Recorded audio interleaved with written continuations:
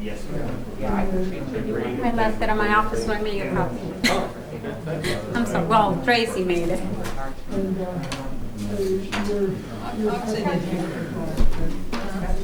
since 3 o'clock, whenever.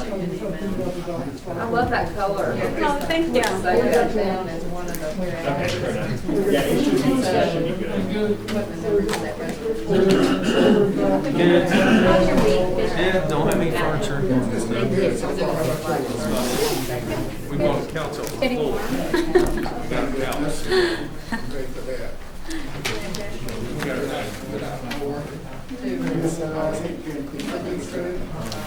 Yes. We got stuff on there. Yeah. I know that one and Comfort Inn, they both look like they're bad. Well, Christiansburg address, I We guess. looked there. Yeah, they're very excited. I saw that you guys sent the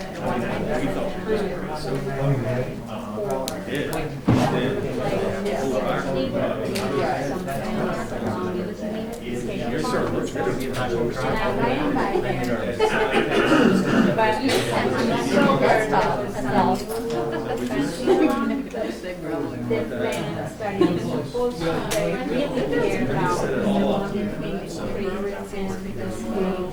it's not, you know, if that's in order or because I remember.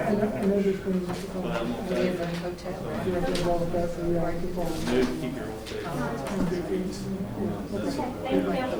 It's going to be weird when you do That's one of the Is it?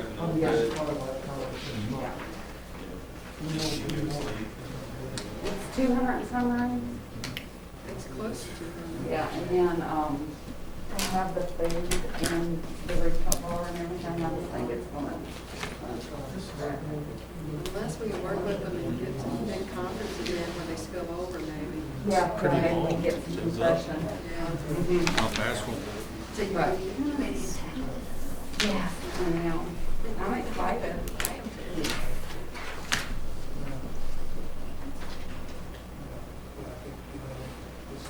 Everything did pick up the last couple of weeks. It's starting to look a lot better.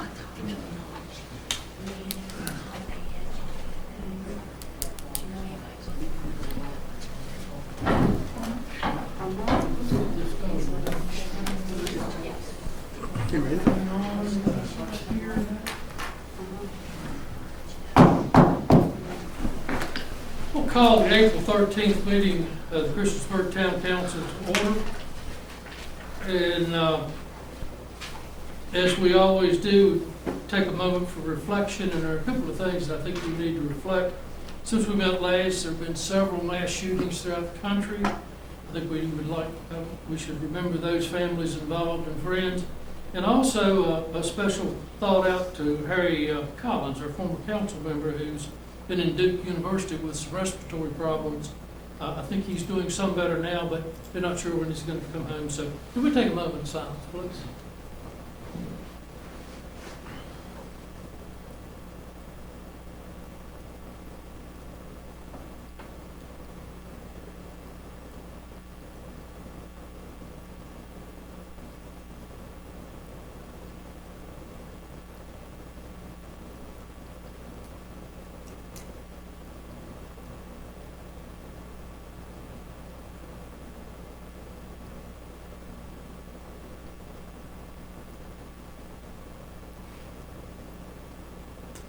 Thank you.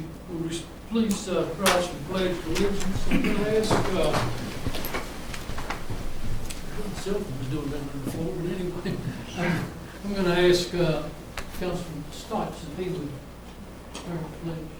I pledge allegiance to the flag of the United States of America and to the republic for which it stands, one nation, under God, indivisible, with liberty and justice for all. Thank you. Are there any adjustments to the agenda? I don't know that that will be an adjustment, but I wanted to clarify, there is, we have a contract for, gosh, I had a minute ago here. the contract that we have with the school, maybe someone can help me figure out where that one was. Shoot. Is that listed on the bills or the? Rental, for the rental thing, so, no, that's different. Gosh, I'm sorry. The public hearing item? Yes, yes. Yeah. Can we please adjust the, I know the price that we are charging them is different from the one that is on the contract. Can we get into that? Yeah, we'll have it under the And discussion. then okay, that's fine. So there are no adjustments. No. Under public hearings, we have lease of property at 415 Cambria Street Northwest, tax parcel 466A-1, parcel ID 012952, to Montgomery County Public Schools and the YMCA Thrift Store. Is there anyone here to address this item? Sir, that was the item that I was going to be discussing. The contract under there, it talks about, when I looked at the contract, it showed up a different number than the number that we actually have.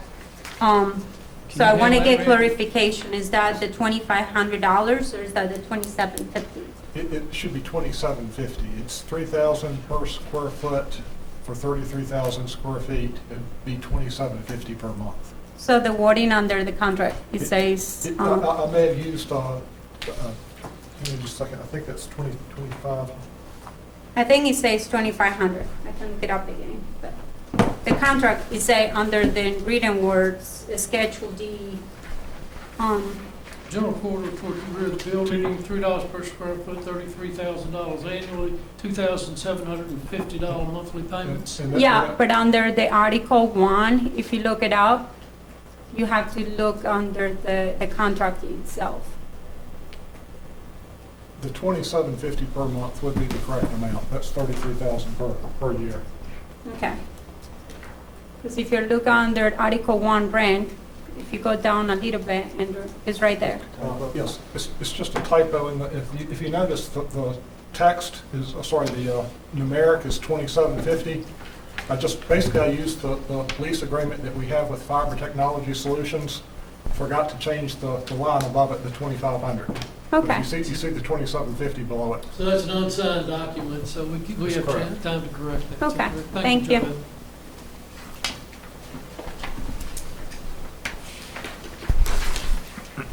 Under the consent, does anyone else want to address this? And if not, I will close the public hearing. Under the consent agenda, we have the approval of the minutes of March 9, 2021, and a work session minutes March 16, 2021. We have the monthly bill list. We have a resolution recognizing March, am I somewhere way over? It's March 23rd, March, the meeting minutes of 23rd. I have an old agenda. okay. I only have the approval of the minutes on March 23rd. That was for the work session? No, that was for the town council meeting. Yeah. But you said that we are approving the minutes. Okay, I do have an old, then it's been You updated. can have that. Approve the March 23rd minutes. Approval of audit engagement with RFC, Robinson Farmer and Cox LLC. Schedule a public hearing on May the 11th, 2021 for water rate increase. Schedule public hearing May 25th, 2021 for fiscal year 2021 budget. Schedule public hearing on May the 25th, a conditional use permit request by Aztec Rental applicant on behalf of Curtis Properties LLC for a contractor storage yard in the Central Business B3 zoning district, 415 Roanoke Street, tax parcel 527A-204. Property is designated as business commercial on the future land use map of the 2013 comprehensive plan. Scheduled public hearing on May 25th, 2021 for a conditional use permit request by John D. Elmore for a contractor storage yard in the general business B3 zoning district, 710 Peppers Ferry Road. tax parcel 435-A-23. Property is designated as residential on a future land use map of 2013 comprehensive plan. Contract with Wetland Studies and Solutions Incorporated, DBA WSSI, for stormwater engineering on-call services in the amount of $100,000 or more, renewable for up to a 5-year term. Contract with Rummel, Klepper, Call, LLP, DBA RK&K for signal structure evaluations and traffic engineering on-call services in the amount of $100,000 or more, renewable for up to a 5-year term. I'll make a motion to approve the consent agenda items as presented. Have a motion? Have a second? I second. Have a motion and a second. Any discussion? I just want to make a comment about the item that we're going to be discussing for the water increase and the item C, consent the agenda for the scheduled public hearing for the water rate increase.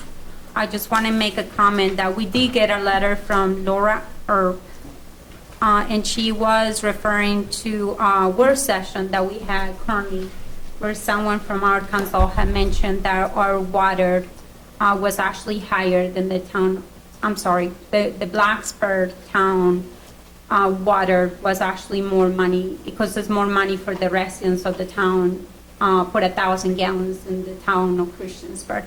And that's actually incorrect, and you can, Valerie over here can say if I'm wrong or not, but I do believe she was right. And Blacksburg actually charges $7.30 for 1,000 gallons.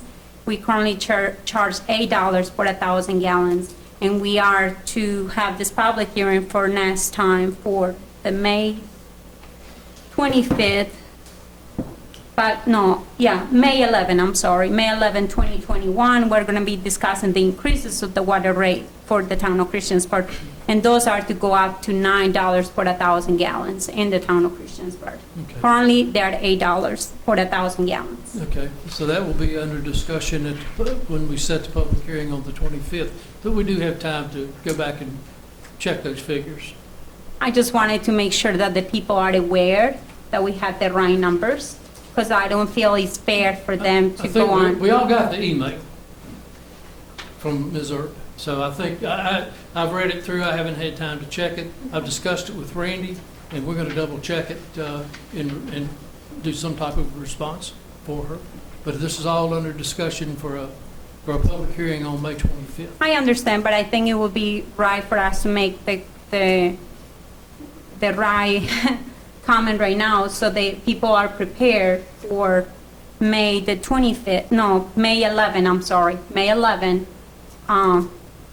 for when we do have our public hearing in town council, so they have the right information. Basically a month from now. We should have it corrected or answered well before that date. Okay? Thank you, sir. All right. Any other comments on the consent agenda? If not, Madam Clerk? Yes, sir. Councilman Bishop, Aye. Councilwoman Hicks, Aye. Councilman Hubbard, Aye. Councilwoman Sacks. Aye. Councilman Showalter, Aye. Councilman Stipes. Aye. That is 6-0, thank you. Under introductions and presentations, we have Executive Director Amanda Forster for the Small Business Development Center to present on Christiansburg and Uro Valley programs and operations. Or if you're comfortable, you may remove your mask if you Oh, okay. if you Fantastic. would, Thank if you Yes. feel better with it, and I think Thank there's you. some wipes and things. Thank you. I appreciate the opportunity to come speak with you, and I know I only have 10 minutes, and I'm a talker, so I'm going to keep this fast. And at the end, if you do want more information or you want to dig more into the data that we have, I'll give you a place where you can go do that. We are the Small Business Development Center that serves the New River Valley, the greater Roanoke area that includes Allegheny Highlands. Okay, so that's our service area. And what we do is provide program advising, low-cost training, almost always free, and free tools to fuel our region's small business success. And that's what we're here to do. We work with small business owners in every stage of their business to make sure that they're successful. We can help them start. We help them manage and run their businesses to prepare for growth. We help them grow, whether that's through finding new locations, expanding markets or products, expanding through commercialization and having multiple locations across the region, and as well buying and selling. Okay, we're certified to help people evaluate their business and buy or sell and help business owners be prepared to do that at some point in their business journey. This is our amazing team that we have. Tom serves our greater Roanoke area. Cheryl, who many of you may know, serves our New River Valley and Allegheny Highlands. Heather Fay has joined us to serve specifically Botetourt. That's a funded position through Botetourt County. And then I serve as director of these amazing champions of small business. And so again, through our services, we do the advising. That's where most of our time is spent. Almost 80% of our time is spent one-on-one with clients or in small groups working on the business issues that they have. We also spend a lot of time on programming, and that slide is not correct. I apologize. I'll have to get you the correct slide. I'm not sure how that happened. It turned, I don't even know what language that is. So programs is where we spend a lot of time, which are series of things that we do every year that people commit to the program and they go through it with us and graduate from the program. And we have a lot of those that I'll share here momentarily. And then training is our one-off workshops. We're doing a lot of that right now in the midst of the pandemic, where there's necessary and timely information that needs to get in front of business owners, and we will hold training workshops and even just community conversations around what's happening and what's available. We have a partnership agreement with the Small Business Administration. They do fund or give us a grant for a certain part of our operational budget. The money goes through America's SBDC, and then George Mason University is Virginia's state SBDC host, which means they're the fiscal agent. And then the Roanoke Regional Chamber is who hosts us, which again means our fiscal agent. We don't have a nonprofit entity, so we have to depend on a host to handle our finances, and that's how that is done here in this region. We're responsible for matching our SBA grant with cash from local government. Currently, we don't have that full local match, so I also go out to organizations and corporations to get the money that we need to operate. And so we have about 28 partners on board that helps us do the work, and we very much appreciate your full support. You all are supporting us 100%. We really appreciate that opportunity to serve your businesses. Last year, we served 1,722 businesses. You guys may not have data to compare that to. Our annual goal for the region is 400. And we did it with the same team. We worked a lot of hours. We worked nights, weekends, and are still doing that. My team is still back in the office working with clients, and that's how we're meeting those numbers. But that shows you the need from small businesses, particularly during the pandemic, for small business services. To get very specific about the New River Valley, we had 364 clients, which are small business owners in the New River Valley, and spent almost 800 hours advising them. Whether that was one-on-one or phone calls, we've really opened up the way that we advise people this year, and that could have been a variety of ways.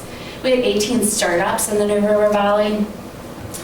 We helped businesses get access to $4.2 million in capital, which is something, a big part of what we do is help businesses find money. A lot of this is pandemic aid. Okay, that's what that number is large. For this region, in a typical year, it'd be closer to $1 million. Okay, so that number is very large and will show a lot of the pandemic money that came in through CARES Act. And then for real estate in the New River Valley, our clients who we actively serve have $11.5 million invested in real estate in the area. And for sales increase, the clients, again, that we worked with, and they reported, some businesses don't want to tell us what their sales increases are, but for those that we work really closely with and tell us, it's usually about 20% of our clientele, $854,000 in sales increase during the year of 2020, during the pandemic. And so we're excited about those numbers. That's what our job is to make sure our businesses are resilient and continue to grow. We created 28 jobs in the New River Valley, and when I say we created, the businesses created those jobs with our help. Whether that was helping them prepare for that growth, find the people, train the people, and work through that process. And then we supported 2,398 jobs. And those are jobs that the small business clients that we worked with, the small business owners, had in their businesses. So that's what our economic impact report was for 2020. I want to share quickly about the programs. I'm going to run through these not in detail. If you have questions about them, I think they might be useful in some way to you. I'd love to talk with you more about them. But we have a craft beverage cohort and specialty program. It's at the state level that we take access to. We actually have one coming up in the fall here in this area. We also have a commercialization program. So if you have someone who has a high growth product potential, we want to send them through our ICAP program, which is a portion of iCore, if you're familiar with that. And so that's mostly for our technology and health science companies. Profit and Sense is a financial program that we can take a small business's finances, pull them into this program and give them incredible reporting on where they really stand as a business. Not just what the numbers look like, but what's their cash flow and what's the likelihood of them being resilient. We have a retail program for our retail businesses that we do workshops around. We don't have a specific cohort for that, but we often call in retail specialists when it's needed and did that a lot during the pandemic. We also have cybersecurity programs. If you follow our Virginia SBDC on social media, you'll see we're doing probably 5 or 6 webinars on cybersecurity a month because it's such a big deal right now and sharing that information. We also have access to what's called IBS World, as well as federal resources from the SBA, and it's really research around small business and the industries that they're in. So when they come to us, we can give them an industry report that tells them anything they want to know about their industry and really help them walk through that process. And then lastly, we help people with exporting. Okay, so if they're ready to export a product or distribute a product, we have a program for them to go through and work very closely with an expert advisor on that. In-house and locally, some of the programs that we have one called Growthwell. We haven't done one in Christiansburg yet. I would love to do it, but it's a cohort of about 10 small businesses that meet on a monthly basis for 6 months to really tackle the challenges in their business. Okay, so it's a great program. I typically facilitate those. That's why I'm so passionate about them. But really cool program. We also serve veterans. They're one of our special populations, and so we have a program called Vet Biz that connects veteran business owners and provides them resources that's specific to them. Often there's lots of grants and aid available to them, and that's what that program does. We participate in Small Business Saturday, as does Christiansburg, and we're always up here on that Saturday helping our retail stores and handing out goodies for them to prepare for that weekend. We're also a Grow with Google partners, so we offer a lot of their live streaming with people. We typically don't replicate their stuff. Why replicate it? We join them live, and then there's community conversation around it locally. And we really like that method. I have Floyd C4 up here as an example. We do business competitions. A lot of people don't know that about us, but we do, and that's one that we do every year, as well as some others in the New River Valley. But wanted to mention that. And then we have a Smart Start program for businesses who are looking for people who are looking to start a business. And it's just a workshop that they go through with us to really build the foundations before we start working with them one-on-one. Lastly, programs for 2021. This is where I get really super excited. We do have a CARES Act grant that is helping us provide and develop resources to help businesses recover. And what we've done with that is hired a team of 7 people, part-time, temporary, to start building out these programs for us. And in the works is a minority-owned business program. Very excited about how that is turning out and some people coming to the plate for that. We have a finance and lending program that's going to help small businesses get ready for lending, whether it's traditional or non-traditional. A marketing program cohort, where they'll join a cohort and a series of time to work with us on their marketing efforts. Our Smart Start platform is going to become a software package that we're building. This actually was pre-CARES. We've been working on this for over a year, but people can access it anytime and go through it in a software way, but also engaging with us. Not enough time today to talk about that, but it's a really cool project we're working on. And then we're partnering with SHRM to do an HR program that'll be rolling out later this summer.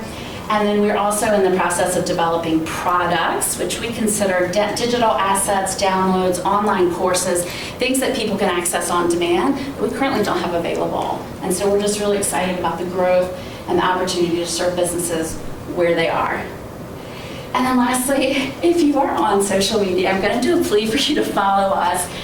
we spend a lot of time sharing information on social because our small business owners, that's where they're at, and they're trying to learn from us. We try to be a mentor to them. So I encourage you, if you are, to follow us. You can typically find us at RRSBDC, just about anywhere you go. And then on YouTube, you'll need to type in Roanoke Regional SBDC to find us on that page. And we do post all of our workshops there once they're done, so you can always refer people to that. And then I'm going to leave you, our website information is here, and my video is not working, but that's okay. And anyone can visit that. You guys visit it, send people to it. That's the best way to get into the queue to work with us. And then our phone number is right here. Please feel free to reach out. And then our main email address is here. So I encourage you to reach out to us. Again, my name is Amanda Forrester, and if anybody, I don't have business cards to give you. We just went through a whole rebrand at the state level. So we recycled our old cards and waiting for the new ones to come in. But my personal phone number, if anybody wants to reach out to me, is 540-815-0012. It's always the best way to reach me. You can text me, call me anytime, and I have that phone on me. Any questions from you? I do. How many? Go ahead. Marissa, did you have a question? Oh, I thought Hopper or... I really have a question. I just have a sort of a comment. It seems to me that employment is doing pretty well up here in the New River Valley. It seems like everywhere I go, they are looking for people. Are you seeing the same thing? We are.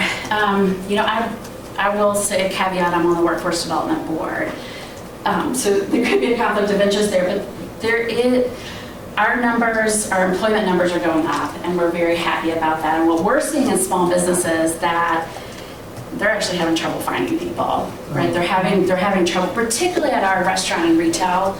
The wages that they're able to pay, it's really hard to find people, and particularly people who are willing to pivot. Restaurants and retail don't necessarily have the same jobs they had a year and a half ago, and they're trying to get their staff to pivot into new roles that they have, and that's been tough on them.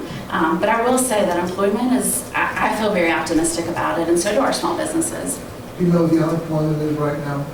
I don't know what it is right now. I will know on Friday when I get my report. I don't know what it is. How many business owners around the town of Christiansburg do you actually facilitate? I don't have information specific to Christiansburg. The Small Business Administration makes us track per Montgomery County and not specific to Christiansburg. So I don't have those numbers. I am working with our state office as well as our customer relationship management system through the SBA to really get better data. This is probably the first year you guys have seen this data. And I find data to be incredibly important, and that has been one of my asks, to really break it out by jurisdiction, zip code, so that I have information to give you, you have information, and we really know who our market is. We should be able to get that information in the next couple of weeks. Not in the next couple of weeks. weeks. Not in the next couple of weeks, no. It is a government system, so we put in that request for the next release, and that could be the end of the year before that happens. It seems like you get the support from a university in there. Do you foresee getting any support or help from Virginia Tech or like the New River Valley, the other college that we have in Dublin? Yeah, with financial support, we don't. We partner with the universities on a lot of projects. Virginia So that's Tech. what you meant when you were showing that slide? There was a university in there and it caught my eye. So I don't know, are they providing? George Mason, that's correct. So a lot of times SBDCs are connected to a host, which is a university often, not always. I can have any host I want. Not really. We can go after any host we want. George Mason just happens to be the host that does the Virginia SBDC. So they don't fund our operations. They solely serve as a way to bring money in and to push it out. I always want to make that clear. Even our host, the Roanoke Regional Small Business Development Center, there's no financial transaction there. They're not supporting us financially. I have to go out from others and get that money. But oftentimes they'll do in kind. We do have an agreement with Radford University. We have an office on campus and work a lot with their students. And we do work a lot with Virginia Tech, but it's not a financial partner of ours. Thank you. You're welcome. One quick question, Ms. Forrester. You said that the SBDC is not a nonprofit organization. What Please explain that. That's correct. We do not have an entity type at all. So we're rolled up under the umbrella of our host. So for example, the name on my checks is the Roanoke Regional Chamber of Commerce. And so everything goes through a host, and we serve as a, I had an affiliate company at one time, and it feels like an affiliate, right? Like I'm very closely associated with the state office, but report directly to our host here locally because we do not have an entity type. And not just us, no SBDC does. That's the model. And this may not be a question for you, but to Valerie, is this any way related to the checks that we make to the Roanoke Chambers of Commerce? I think that was the check we wrote for them was to the Roanoke Chamber of Commerce. So is it the same affiliation? The same thing? Okay. So you can make the checks out to Roanoke Regional Small Business Development Center because although the host is Roanoke Regional Chamber, our money is kept separate in separate accounts. We don't mix that. There's audits every year. It's very government regulated. So either way, you can write the check to either person, but you all do fund our operations, and the checks may very well be made out to Roanoke Chamber. So we are actually, just to clarify this, we are supporting your organization Yes. currently. That's Okay. correct. All right. Directly to me. 7,000 per year. How much? 7,000. 7,000 a year. Okay, thank you. Thank you. We You're appreciate it. welcome. If anyone has any questions, please just give me a call. Next on the agenda, we have Assistant Director of Engineering, Justin St. Clair, to present on the proposed capital budget projects included in the fiscal year 2021-22 budget. Thank you, Mayor. I just wanted to go through, y'all have seen a draft budget so far, but I wanted to go through and detail some of the capital projects that are listed out of there that kind of originate from the engineering department at least. And they're broken down into 3/4 subgroups, I would say. The first one being transportation-related projects. And you'll notice on a lot of these, or majority, I have the asterisk beside it. Those are projects, capital projects, they're multi-year, so you've seen those before. I'm going to spend less time going over some of those details. I would certainly answer any questions you might have, but I'm going to try to hit the ones that are newer to you that you maybe haven't seen in previous budgets before. Several paving contracts will be coming up. And then we also have, as far as new on this list, the pedestrian improvements at North Franklin and Wades, and also South Franklin and First. That was a copy-paste error, so I apologize on that. Well, I'll go into more details as we get further on. These are just the highlights of the projects that are coming up. And then for water, the big one that's new this year is Roanoke Street water line replacement. It had been talked about for many years upcoming, and we're going to try to get that in this year and make that happen. Sewer, there's nothing new planned. Arrowhead rehab and replacement was a project that we had started last year, and we're working through the design now. For stormwater, the main one of topic that's new is a smaller, just programmatic work that we've got going on with some pond evaluations, but I'll hit high level because some of these were added midstream last year, I guess in the October, November budget mod, I think. Was that right, Val? Yes. Okay, thank you. So for the transportation system, trails, sidewalks, and paving, we do have some money in there to go ahead and finish the overflow parking lot at the Aquatic Center. This is the gravel lot that's across Mill Lane. It parallels North Franklin and the railroad. So that will be in the upcoming budget. And then we also have our standard group of annual paving that we try to devote just north of $1 million on each year. And so some projects that we've identified initially, these aren't set in stone yet, would be North Franklin Street in the area where we just finished the project last year, around Central, Cambria, and things like that. Independence in front of the high school, and then there's some other local streets back off Independence that we've been eyeing for some time that are deteriorating that we'd like to try to target as well. The two bigger projects, these are state of good repair funded from VDOT and actually FHWA now. And these, although we have the money in the FY22 budget, I don't expect those to happen this year since they've federalized the programs. A nice, quick and easy, here's money, go paving, turned into here's some money, there's a little bit more strings attached now. So those projects are going to be upcoming, but they are in the budget. It's 100% match from the state and FHWA, so there's no additional out-of-pocket costs from the town to do those. And the two segments that we have funded right now is both on Roanoke Street. The first is from Depot Street out to the 460 bypass, and the second would be from the 460 bypass out to Tower Road. So the segment with the bigger issues that I think most people are familiar with is Depot back toward Town Hall. That's going to be applied for in future years once we get this water line in. So that's the process of Roanoke Street. The other three projects on this, y'all have seen, are familiar with. This is the Roanoke Street, Tower Road, Hampton Boulevard intersection signal.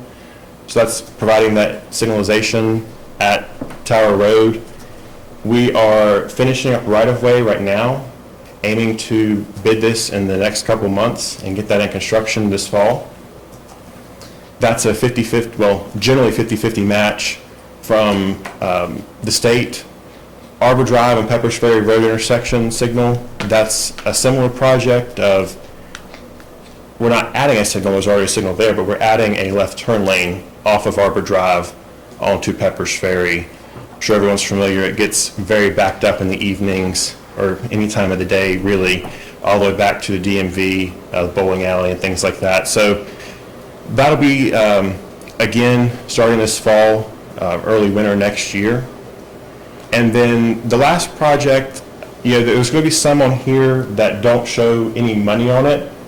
I left those in there. We had initially intended to have that in the budget, and we made adjustments to work in the bounds we had. So the actual construction of the North Franklin Bridge Deck Rehab has been delayed, but we do have money in this current year, FY21 budget, to work on design, and that will roll over into next year's budget, and hopefully we'll have a design ready to go and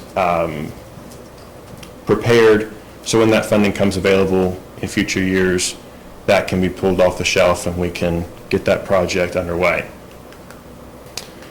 The other items, one that's new and actually was on, part of it was on the consent agenda tonight for the contract with RK&K, is our traffic system study, or signal studies. There's already some money appropriated in this fiscal year, and so this is a rollover into next. And our main goal for this one is to go around. We have a lot of signals in town that are aging. We'd like to be able to identify which ones we need to be more concerned about and create a replacement plan so we can tackle those in upcoming years and have a phased approach as opposed to just kind of dealing with them as issues come up. So that's one of the main parts from that contract that we'll be working through. Kristen? Yes, ma'am. I'm sorry, can I ask you something? Mm-hmm. On the project that you guys are going to be doing off of Depot and Franklin Street, that it seems like we're going to get a lot of funding for that, but is included under that budget, I'm sure, the new traffic lights, correct? Depot and Franklin. So is this That the smart scale intersection, project? Yes. Okay, so that one would be planning to replace the signals there. There's actually a lane configuration change that we're going to be investigating and proposing there. And so that we would plan to replace the signals there. The smart scale process is still, as far as I'm aware, it still has to pass the Commonwealth Transportation Board approval. So it's a staff recommended from the state funding approval at this point. It could change, but we feel pretty confident that that would still be in there. And I guess my other question is, if we were to have those traffic lights, will they match the ones closer to the downtown area, or will they actually look just like the other ones from everywhere else around town? We would, that project is, we will know whether we get the funding probably in June, whether we receive the funding from Commonwealth Transportation Board. Although that being a smart scale project, it'll actually be scheduled a few years out in the VDOT 6-year plan. So it won't be in next year's budget. It would be a few years down the road because it is, like I say, almost completely VDOT funded as a smart scale project. Our North Franklin Street corridor project was funded as a smart scale. It was about an $8.5 million project, but it was about all VDOT money. The bad thing about it is you do have to fall under the 6-year program, and you tend to go towards the end of the 6-year program with smart scale funding. In regards to the signals, basically it would be to add dedicated turn signals, left turn signals for North Franklin Street and southbound North Franklin Street also. So you could go left at Pizza Inn or take a left onto Depot Street towards Cambria. Like I say, with a dedicated signal head. And you have a pedestrian light and everything. Pedestrian crosswalks too. Yes. With the lights, VDOT pays more, what proportion? It would be almost 100%. We only have to pay a percentage of right-of-way and easement acquisition. That's it? With the North Franklin Street project, it was what, maybe 20? Like 12, I thought, was it 21 or 12? It was 12,000 out of 8.5 million. Yeah. But this isn't included. No, that's That's correct. I don't know that initial funding wouldn't even be programmed till like 2025. Right, that's, So- the Like I current say, scale is funded in 2025. When the state funds it, they tend to fund it towards the end of the 6-year program. Sure thing. And so I'll hit another project that's currently underway. We'll be starting construction in the fall, but it's been on the budget previously, is the Roanoke Street sidewalk extension. So this would connect to the new sidewalk that we just finished up at the Falling Branch intersection there at Tractor Supply and run under the bypass over to Hubble, that road there, at least Hubble Drive, and that's where it would terminate for now. So that project will also be under construction in the next year or so. There are 2 new projects that, again, were added midstream last year, and these are 80/20 from VDOT. So we pay 20% of the total project cost. This is adding pedestrian signals to our existing lights at North Franklin Street and Wades Lane in front of Kroger, CVS, and Christiansburg Pharmacy. So right now we have 3 crosswalks. We're going to turn that to 4, and we're also going to put pedestrian actuation, so you'll get a little walking man and a little hand stop. So that will help with safety of pedestrians crossing there. And this, yes? Under that intersection, there is, I know that over the years we have had many wrecks right there. Do you foresee, when you do this work, that there is going to be some work probably towards the light as far as like making a left signal to go to, if you're coming out of Kroger's parking lot into Franklin Street, that's per se if you're going south of North Franklin Street, south Franklin Street. Do you foresee anything like that? So this project wouldn't modify that. As you noted, the signals currently operate and overlap, so both move together. Mm-hmm. And the easy way to potentially fix that would be to not let those overlap, but then it creates a longer cycle and it becomes more inefficient. So that is a trade-off. Adding turn lanes is well outside of what we could potentially do with this. We could certainly look at modifying how that signal operates with this project, and that would be just more of a timing change. But that's really the extent of what we'd be able to do. Okay. For at least this type of funding. This is transportation alternatives, so it's pretty limited to pedestrian safety sidewalks, trails, and things like that. Because we do own that signal, right? We do, it's ours. Okay. Yes. The other similar project to this is the South Franklin Street and First Street pedestrian improvements. Again, that would be bringing the ramps up to ADA standards where some of them meet an older standard right now, and adding the pedestrian improvements there as well, signals. And then just a few last ones. There was money that was appropriated in FY21 budget that will be rolling over, and that's for trail lighting, and this is Depot Park, Downtown Park, the Renva Knowles Bridge. We've met with AP to look at the Renva Knowles Bridge and look at some options there. This would be something also our transportation on-call would be looking at and helping us create some designs to light these facilities. The last two, again, you're familiar with that. The park's on there simply because it was part of the transportation capital project, so I included that. And then Cambria Trail, this was a project that was selected for revenue sharing, and when the state modified when the next revenue cycle, sharing cycle would happen, that money got delayed.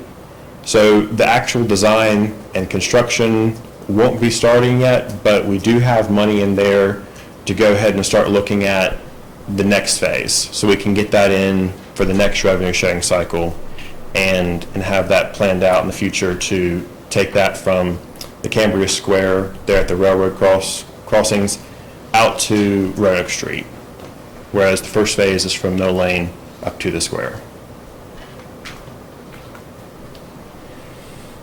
For the water system, the main highlight here is the Roanoke Street water line replacement. So this has been a design that we've had on the shelf for quite some time, and just the price tag has caused us to push it down. And so this year is when we're going to try to get that in the ground. There's a old 8-inch line on Roanoke Street that runs from East Main out toward 460 bypass. And this would be replacing it up to Depot Street. The rest of it has kind of been replaced with expansions and other projects in the past. This is the result of the potholes. Well, the old water line created the potholes and things like that on Roanoke Street. So this would be solving that issue with getting us a new water line there. The 8's old and struggles to hold on sometimes.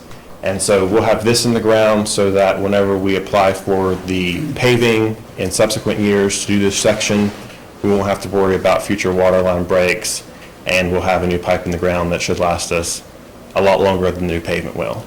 Hey, Justin. Yes, ma'am. With the all of the money that we're spending, but obviously we got public works and stuff. Do you know how much of this work is actually going to be done by Public Works and other entities, or is this solely going to be on us?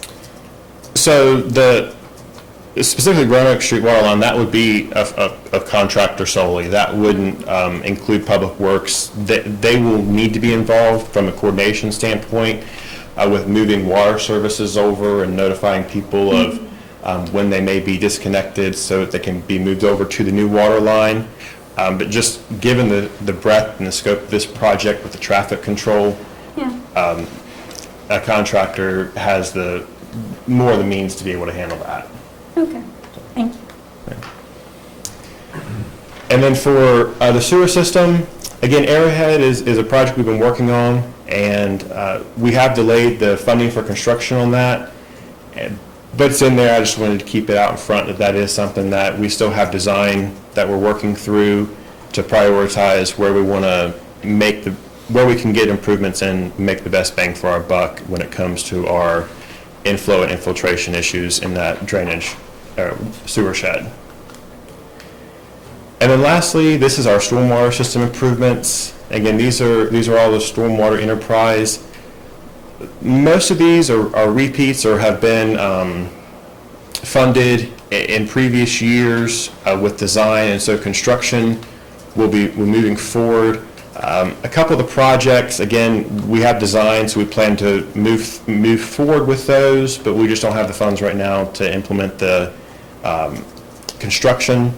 So that would be Sleepy Hollow, drainage improvements, and Stone Street culvert replacement. We do have, as part of our regulatory requirements as an MS4 in the state of Virginia, we do need to work through and do some stormwater pond evaluation analysis. This would be one of our first tasks that we assign our on-call stormwater team to.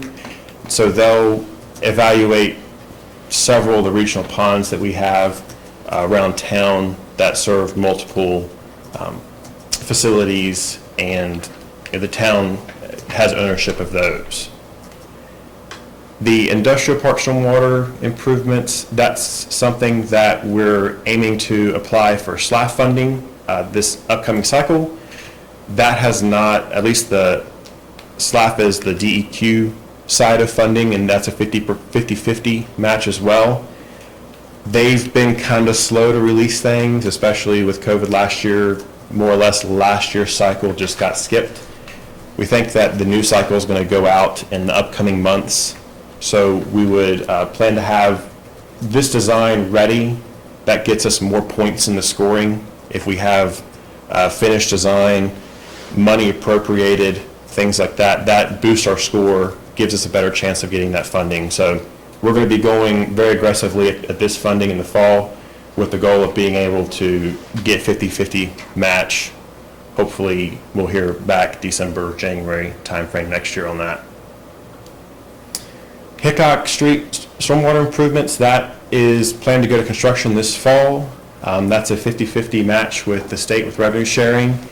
And we also have the miscellaneous culvert replacements in town. There's a handful of those. That's, again, a continuation project that we have.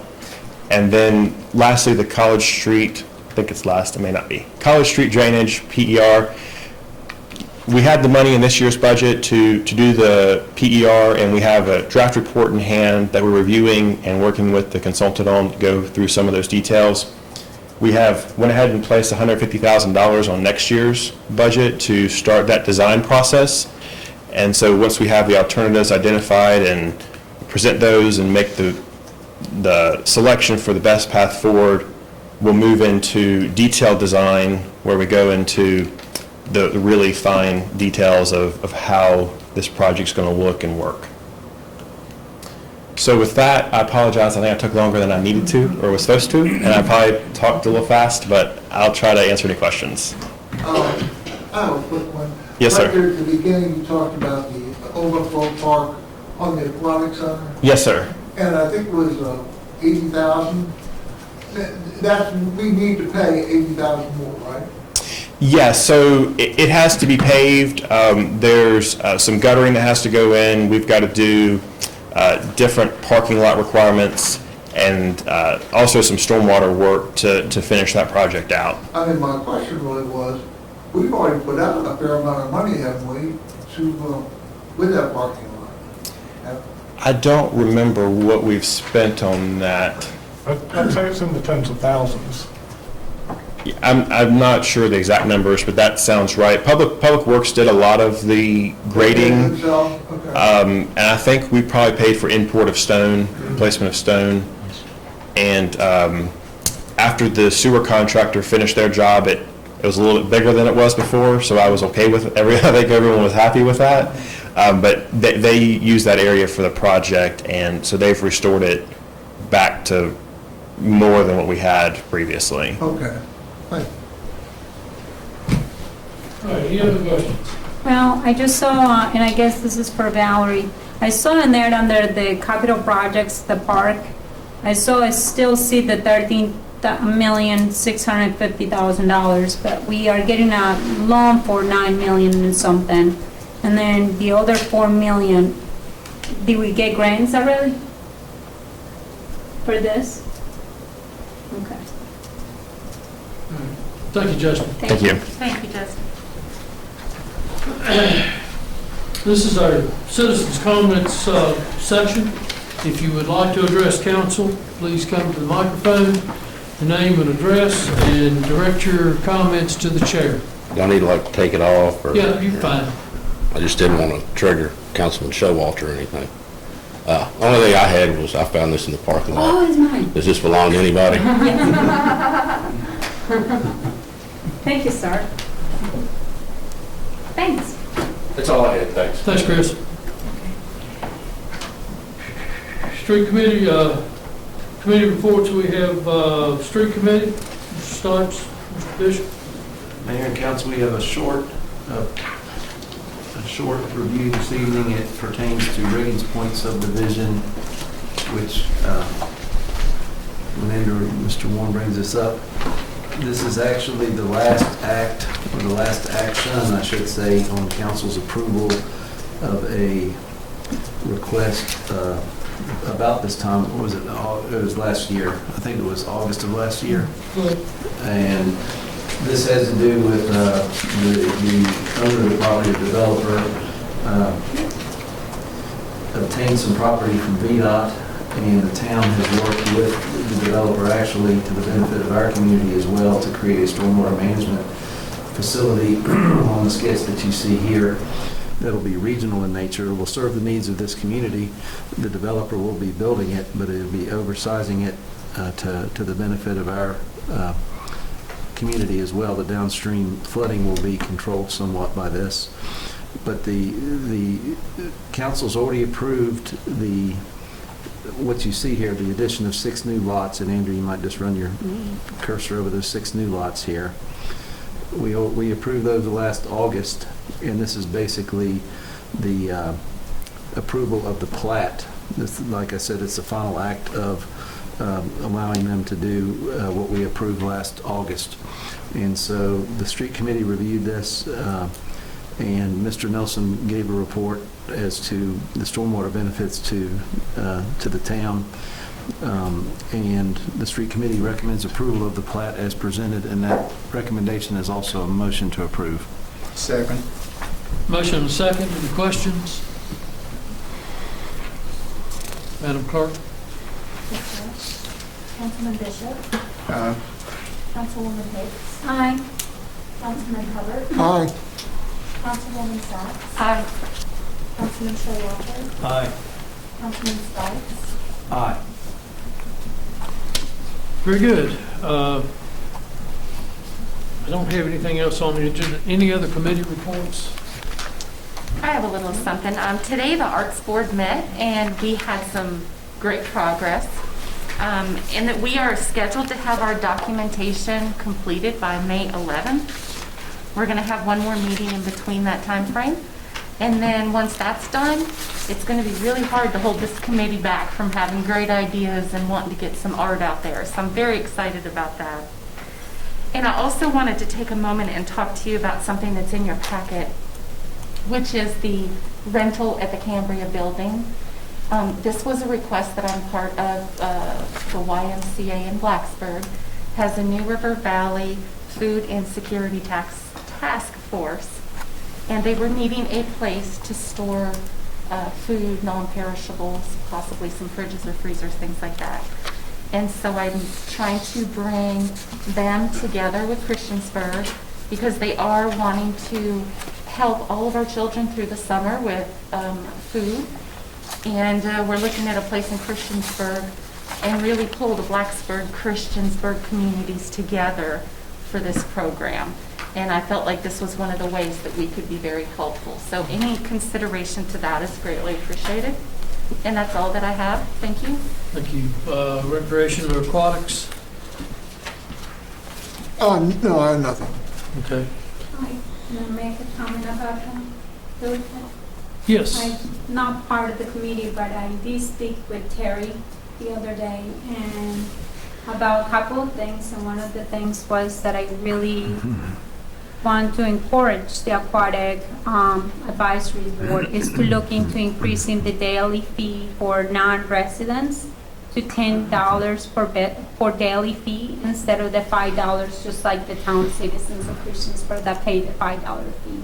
Okay. I personally feel that it is unfair for us citizens that pay for the aquatic center to pay the same fee like everybody else when we're really paying that extra money every month or every year, I'm sorry. So I will encourage the advisory committee board for the aquatic center to speak about this and hopefully bring it to council. Okay. The advisory board talked about this several years ago, about the payment. When Mr. Biggs was here, he really wanted to let everybody in for free. But I think is what they felt, the board felt, if we made it a very good price, a very good fee for everyone who wanted to go into the pool, and they wanted to encourage people to go and swim. That would encourage them more, and that's why they came on one fee for everyone. And I think for the last 4 or 5 years, everybody has felt that was good. I mean, it is a wonderful deal.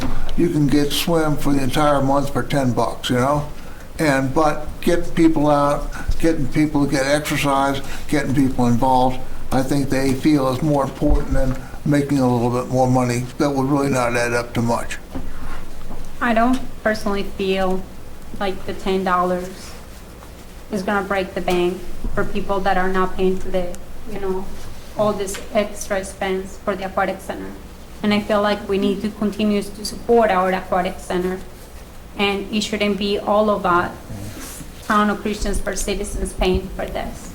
I really encourage for this conversation to be at the aquatic center and hopefully bring a recommendation to town council, because I do think it's unfair for everybody else to pay the same fee that we are actually paying for when we're already paying that double or that real estate tax here in the Town of Christiansburg to provide for the services that are required. When every time we have a problem with the aquatic center, whatever is on the Town of Citizens of Christiansburg that have to come out with the money. And I think it would just be fair for everybody else to pay a little bit more. $10 for a daily visit to an aquatic center of the quality of aquatic center that we have in the Town of Christiansburg is a privilege. We talked about this several years ago when it first opened, and we tasked the Aquatic Center Board to look into this. And because your concern was most of the people's concern back then, but as they looked into it, it ended up being what, I don't know if you're thinking we're going to earn millions of dollars by doing that increase. We're not. Oh, it's going to be very little, but I do think. But our goal was to increase participation at the facility. So you can look at increasing the cost for county residents, which may dissuade them from coming in, or keeping the cost the same, which would push them into the aquatic center, regardless of how much our citizens pay or they pay. That was the ultimate goal that the board came up with and council agreed with, we wanted to increase participation, therefore revenue would increase with that. That was our goal with that. I would suggest, if it's something you want the board to look into, is that you go to a board meeting and you propose this to them, or if it's a Zoom meeting, that you attend their Zoom meeting and you propose this to them. And I can do that, but we also have somebody in here that is the advisory board chairperson for the committee. And I really encourage for this to happen, because the reality is right now not everyone is also able to use the facility just because of COVID. And I do think that our town citizens should have priority here, because we are the ones that are coming out with the majority of the money to pay for the aquatic center. So if we're only allowed to have, let's per se, 50 people for the day, I would like to see more of Christians for residents using it instead of guests or non-residents using it. Thank you. I think that is a thing that's going to be changed soon. And I think that you need to be aware of, Ms. Hicks, that there are families with 4 or 5 kids who are in there, and that was one of the ideas of the board, was to make sure that different families were not cut off because of not being able to pay for all their family people to be on there. And the way we have it now makes it very convenient for everybody, and that they can get involved. But I would also, like Mr. Showalter said, I would encourage you maybe at the next meeting for the board to make up there and make your presentation, and then we can take it from there. So you've mentioned two things. You've mentioned increased costs for out-of-towners and then decreased participation for out-of-towners. Well, That's, it's not necessarily that, because I don't think that $10 is really gonna break the bank when it comes down to, we are having to come out with a second tax here in the town of Christiansburg. And it's pretty hefty, I think. I would say we are paying for those services, we're paying for the quality of life that we want. And I think for us, we're paying a quality of life, that second tax is paying for the aquatic center. And I do think it will be fair for non-residents to pay a little bit of money. $10 is not a lot of money, and I will have to disagree, because if I go to another aquatic center, I will be paying a very hefty price, and in some places, I pay $35, $45 per person. I have a large family, as you all well know, and when I go to a facility like that, I am willing to pay that amount of money, even if it's just to swim for 1 hour. Right here in the town of Christiansburg, we are blessed to be able to have a facility like this that you can only pay $5 per visit. I mean, that doesn't even pay for even 1 hour of someone watching over you. And I think it will be nice that we show to the citizens of Christiansburg we do care, that we do want to make a little bit of extra money from someone coming out of town, and that it shouldn't be all on the town of Christiansburg citizens' pocketbook to pay for this. Okay, the point is made. Can we please move on? Yeah, I'm ready. Seriously. Very well. I also sent, I wanted to also mention, well, I guess we can say that during the time. Go ahead. Mr. Hubbard, I believe you have the floor. No, I'm fine. Mr. Showalter, water sewer, nothing. Ms. Bishop, business. Very good. We'll now go into discussion and action by mayor and council. First thing on the agenda is the appointment of Logan Cassinger. I'm sorry. I did have another comment under council reports. Okay. Wait a minute now, is this committee reports we just did, or is this council reports that Council we're going reports. to do at the end of the meeting? I'm sorry. I was okay. circling. I got it. I'm sorry. I got it. Okay, so it is the appointment of Logan Cassinger, Director of Sales for the Hampton Inn, as hotel representative for the town of Christiansburg on the Montgomery County Tourism Development Council. The term is for 2 years from the appointment. Logan is here tonight. She's been here quite a bit over the last little bit, and I believe, Lisa, you're back there too, hiding somewhere, aren't you? I so move to appoint Logan Kessinger as Director of Sales for the Hampton Inn. I'll second. Got a motion and a second? Discussions? Thank you. You know, in addition to, I know she is a big spokesman for the Aquatic Center and the revenue that the Aquatic Center brings into the town of Christiansburg. And I think that she mentioned at the last meeting that they had several sellouts, full houses, during a couple of different meets. Is that correct? Yes, sir. Yes, sir. We really, really enjoy being able to host those swim families. We've seen a huge pickup. I do believe that it is because of the Aquatic Center bringing that business to the area, and also bringing those folks to eat at our local restaurants and purchase gas at our local gas stations. But we're really seeing a huge pickup of the Aquatic Center.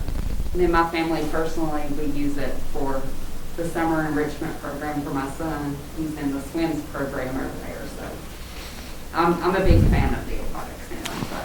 So. And I believe that she's already announced that there's going to be a sellout for their summer camps. I think that's already completely booked. Yes. Yeah. Okay, so this is the appointment of Logan as a member of the Montgomery County Tourism Development Council. Any other comments on that subject? No, represent us well. Thank you. And we look forward to you being a council. You've been here almost every meeting. Yes, So sir. I keep it really up. enjoy it. Tracy, I'm sorry, Madam Clerk. Do you really? Yes, sir.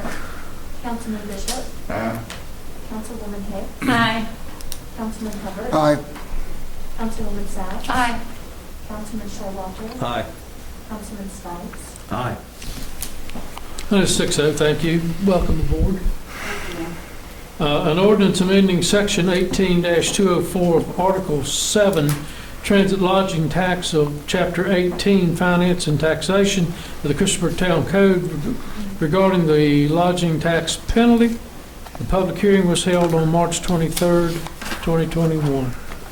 Make a motion, we approve the ordinance as presented. I'll second. Motion and second, discussion. Hearing none, Madam Clerk. Sir, Councilman Bishop, Aye. Councilwoman Hicks, Aye. Councilman Hubbard, Aye. Councilwoman Sachs, Aye. Councilman Showalter, Aye. Councilman Stites, Aye. It is 6-0, thank you. Lease of property at 415 Canberra Street Northwest. Now, that is to, And there's actually two things I'd like, I guess, to clarify that are happening here. One would be the lease to Montgomery County Schools for 11,000 square feet for $3 a square foot. They want that approximately 2 years, but basically I'll just have them sign a 1-year lease and then go month to month after that. So that'd be $33,000 for the year. Also, I'm asking permission from council to allow the YMCA thrift store to use 6,600 square feet in the building, basically free of charge for 6 to 9 months for storage. They've got, I guess, a number of donated fridges, washers, dryers, freezers, things like that, and they want to basically use those for storage for, like I say, 6 to 9 months till they can distribute those. I make a motion, we approve the lease of property as presented. I'll second. Is this different than what you were talking about, motion and Maurice? second, do we have any discussion? It's the same one, Johanna. It's under YMCA of Blacksburg. Yeah, I saw that. Okay. So is that's just going to be a storage facility? They're not going to do no classes or nothing like that? Correct.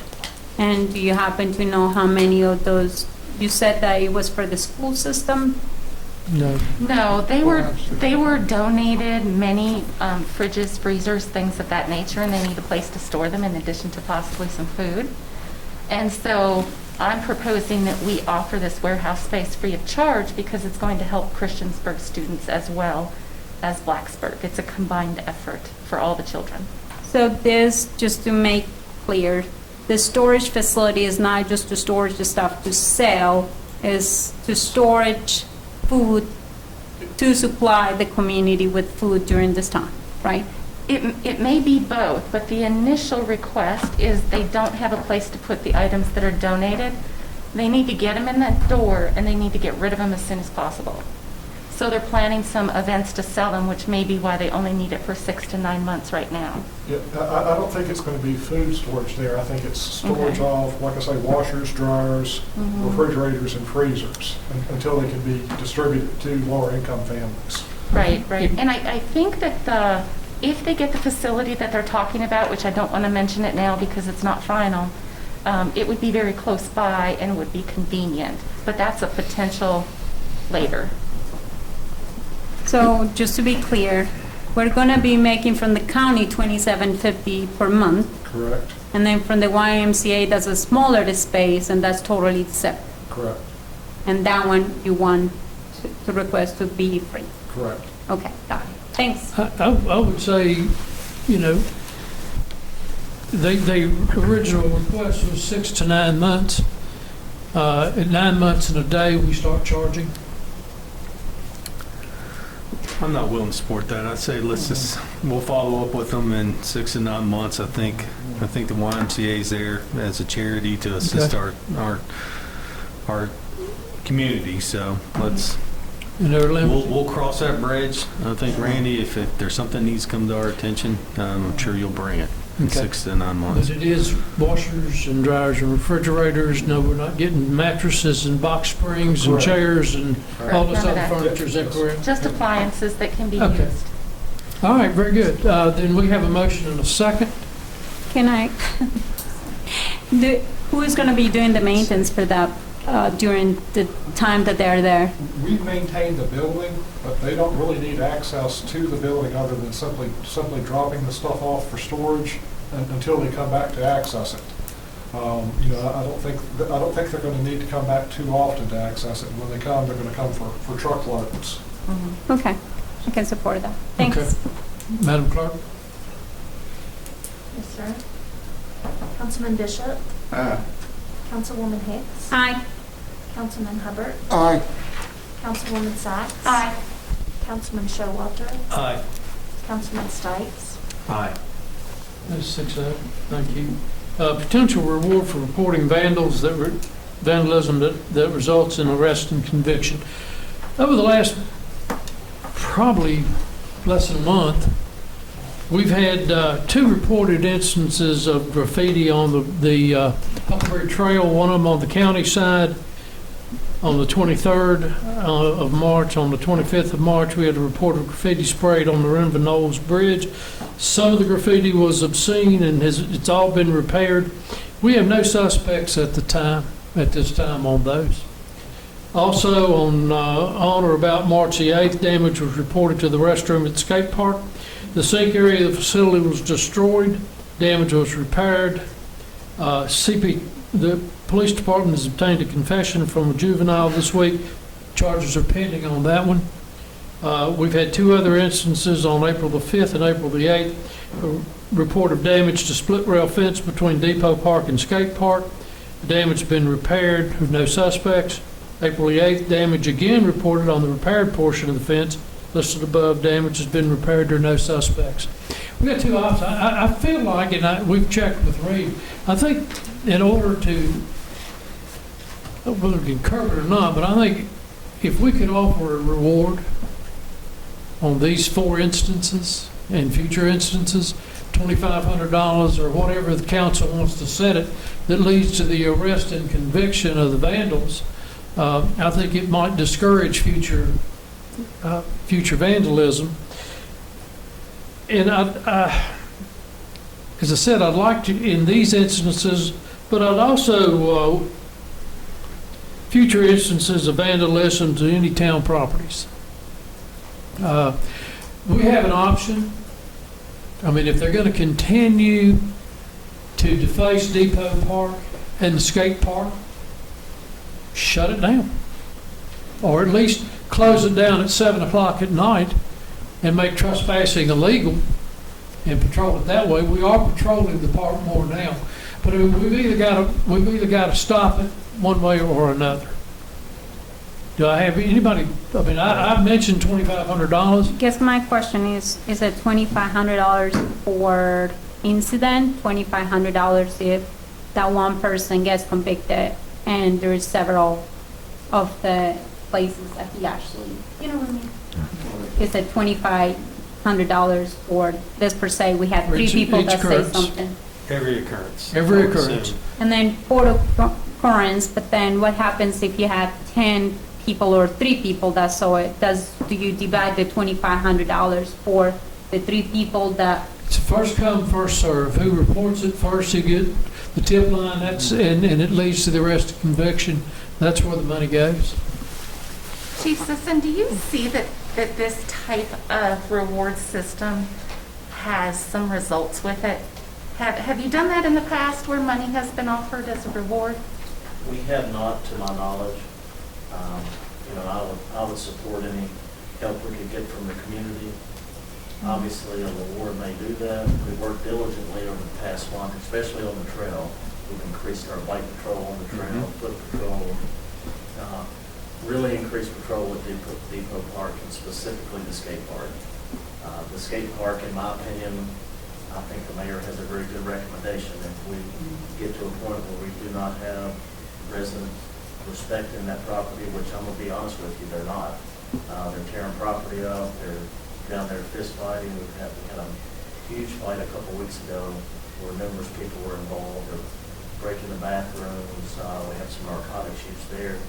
If they can't use that property in the proper way, I'm definitely not opposed to shutting down for a limited time. But to be honest with you, Purple Point, that's an amenity in our community, and I believe it's being abused at this time. Is there an option for cameras or any type of surveillance? There are cameras there. And I know Terry Caldwell's done a really good job of having our staff look after the park, but after 5 o'clock when they're gone, we've set patrol, we've set undercover operation there. hour-on-hour surveillance to try to keep them out, but it's becoming an issue in our community, in my opinion. Is it safe in your mind to say these instances are happening after dark? That's in the evenings normally. In the evenings, yeah. Is that on a specific day, like maybe Wednesday nights or Saturday nights, or? I don't think we have developed a pattern. I think it depends on the clientele that end up at the skate park, what incidents we have. I'll be honest, I think there's some really undesirables that hang out in that park after dark. Mark, would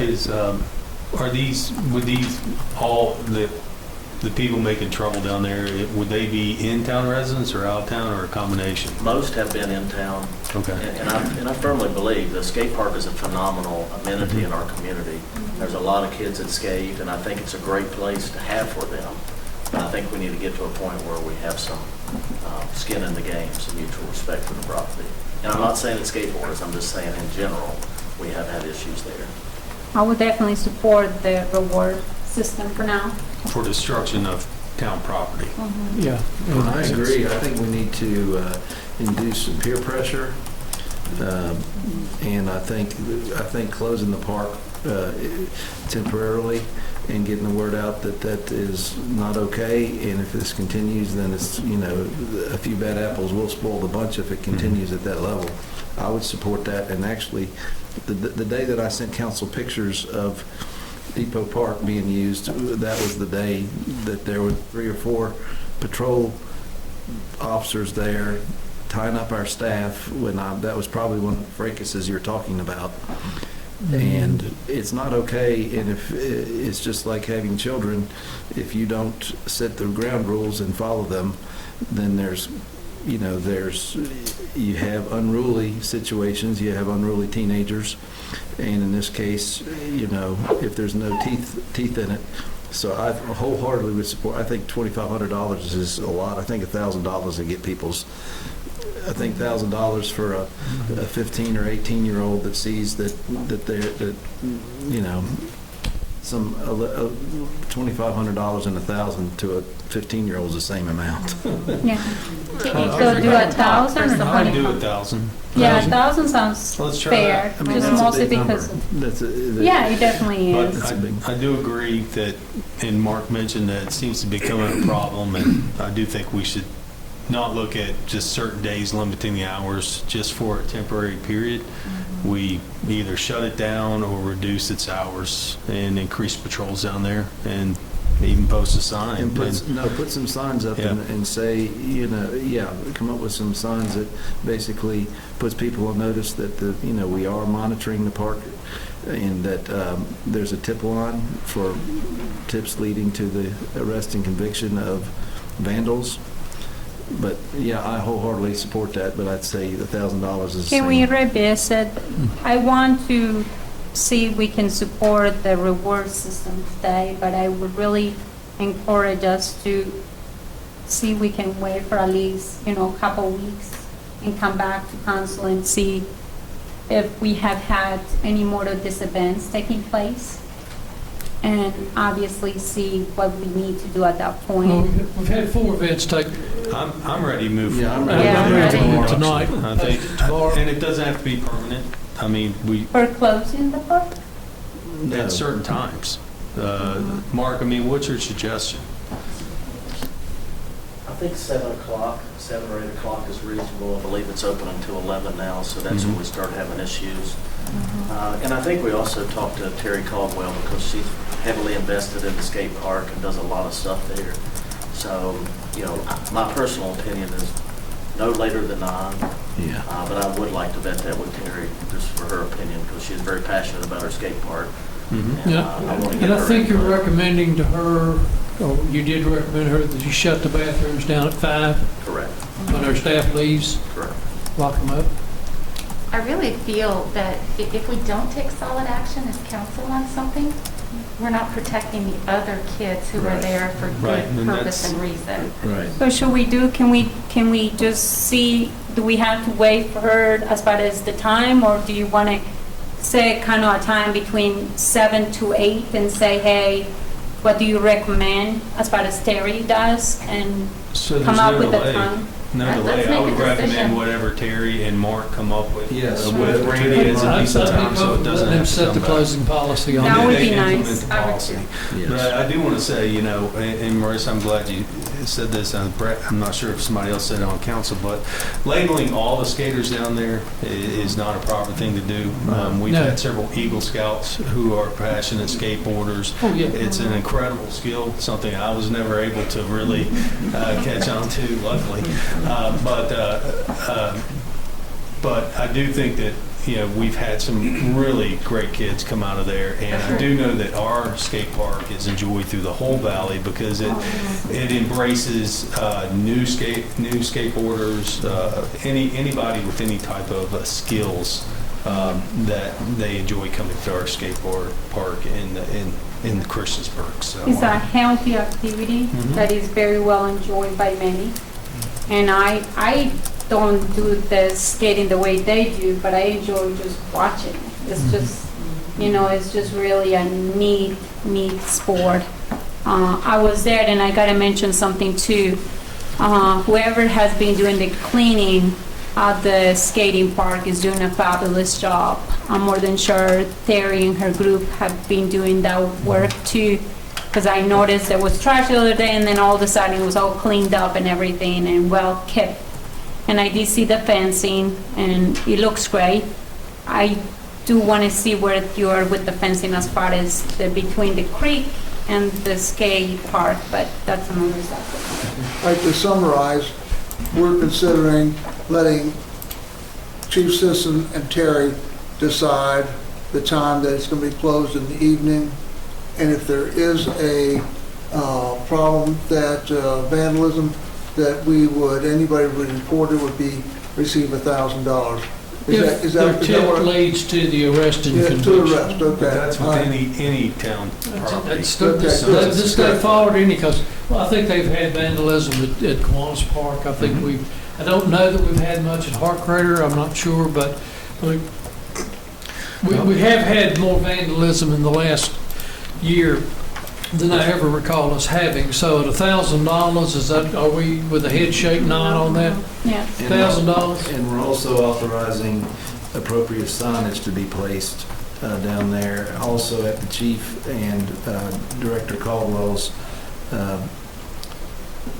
advisement, whatever signage they think is appropriate to get the message across. I think that's part of our recommendation too, is we put signage up there immediately. Due to vandalism? Chief, what is They can determine it. Chief, what is the harshest punishment that you can charge someone with for, I mean, what's the penalty for vandalism? I think a class 1 misdemeanor, and that would be, class 1 misdemeanor for general vandalism. And then again, any of those penalties, or if they are juveniles, that's set by somebody other than us, is that correct? Correct. Now, Juvenile situation will be much different, because we would have to obtain petition, and the juvenile intake will make a decision. Many times they defer those, and they do not go through the court system. So, and most of our offenders in that case would be juveniles. Is there any way to get restitution from the parents? Because, you know, remedies for this can be extremely expensive. Many times in the juvenile justice system, that is something that they will receive community service, they'll have to pay restitution. So we would always seek restitution in those cases, anytime it's town property involved.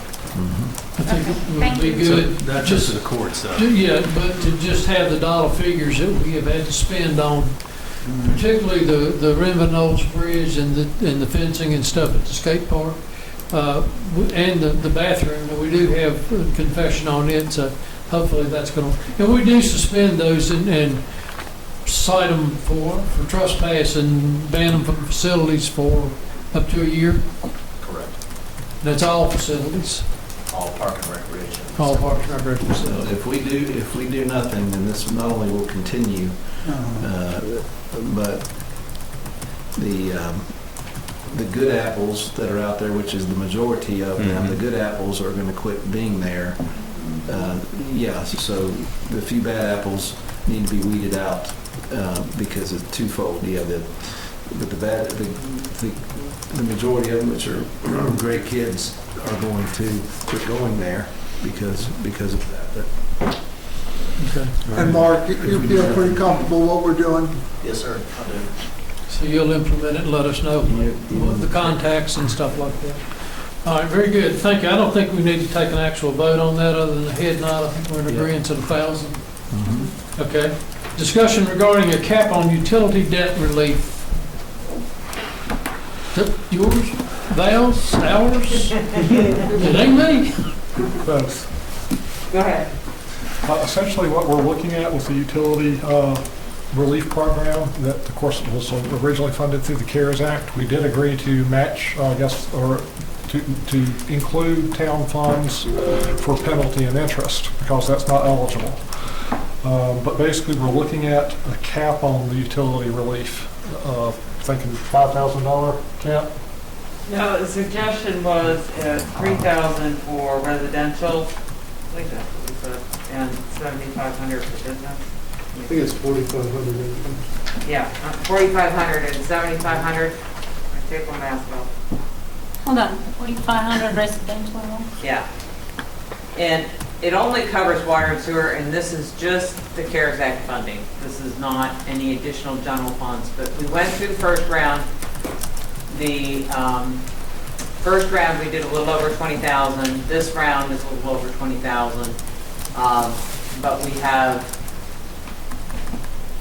one that is like over the top, and would kind of max out the funding. And so with the possibility of another round of funding, we wanted to come to council and say, okay, do you want to cap this? We have the right, we have to abide by all the rules of the CARES Act funding for this money and the disbursement of these funds. They must sign a certification that this is the reason that I need assistance, blah, blah, blah, blah, blah. And we have to abide by those rules, but in addition to that, in terms of how we distribute the funds, we can set our own limits on how we distribute those. And they did change the rules. The first go around, they said this is a one and only opportunity.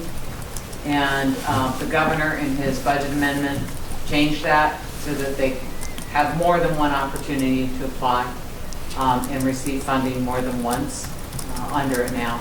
And they also originally said that people who were no longer current residents didn't qualify. So we did disallow several from the last go-round that we allowed the funding for this time because they were only disqualified because of no longer being current residents. So this 4,500 and 7,500, it is a cumulative total. So if someone got $1,000 the first time and 500 the second, then the max they can get is 3,000. Right. So it's a cumulative total of how that we have assisted. Okay. It seems like the numbers are actually quite generous. Yeah, I you know, think as so. far as residential and And you're looking for action from council on this? Yes, please. Okay, so I'll make a motion that we put a cap on the utility debt relief assistance payments. Second. Got a motion in a second? That's at 4,500 for residential and 7,500. As presented, yes. As presented, yep. I'm a little worried about that's a lot. Is that going to discourage people from paying their bills? If they know they can go up to this amount? If the moratorium ever comes off, no, they'll pay their bills when they don't have water, when they're not paying their bills anymore. Because I'm all for being helpful, but these amounts seem to be very high to me. It is. That's like $400 a month. I don't know if that, I mean, our bill is high, which is 200 and something, but I don't think we have ever paid more than $300. But you're going back months and months, so you could have, I've seen some water bills that was delinquent. I can't understand how a family of 3 or 4 can burn that much water. But anyway, it's a start. So just to be clear, we still have not been able, the state still has not lifted the restrictions as far as cancellations, correct? Correct. And then how many people have we actually been able to help with this CARES Act money for not the CARES Act money, but the water, yes. There was 66 in this round, and 66. It's right there. It's right It's right there in the right agenda up, packet. 66 I don't eligible. recall on the last one what the number was, but it was right around the same amount. So I would, off the top of my head, say in total about 120. And that's out of what amount? Like 400, 200, 300? 40-some thousand. How many? Total amount distributed was a little over 40,000.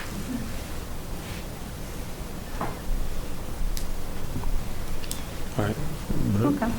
All right, Madam Clerk? Yes, sir. Councilman Bishop, Councilwoman Hicks, Aye. Councilman Hubbard, Aye. Councilwoman Sacks, Aye. Councilman Showalter, Aye. Councilman Stipes. Aye.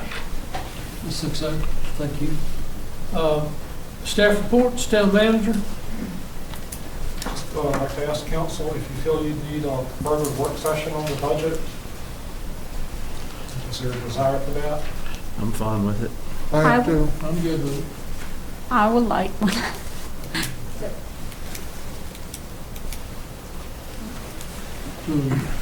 Ms. Hicks, I think if you have any questions of Randy or Val, you can make an appointment with them and state your questions there and see if you can work it out. And then if you can't work it out, then we can maybe take something from there.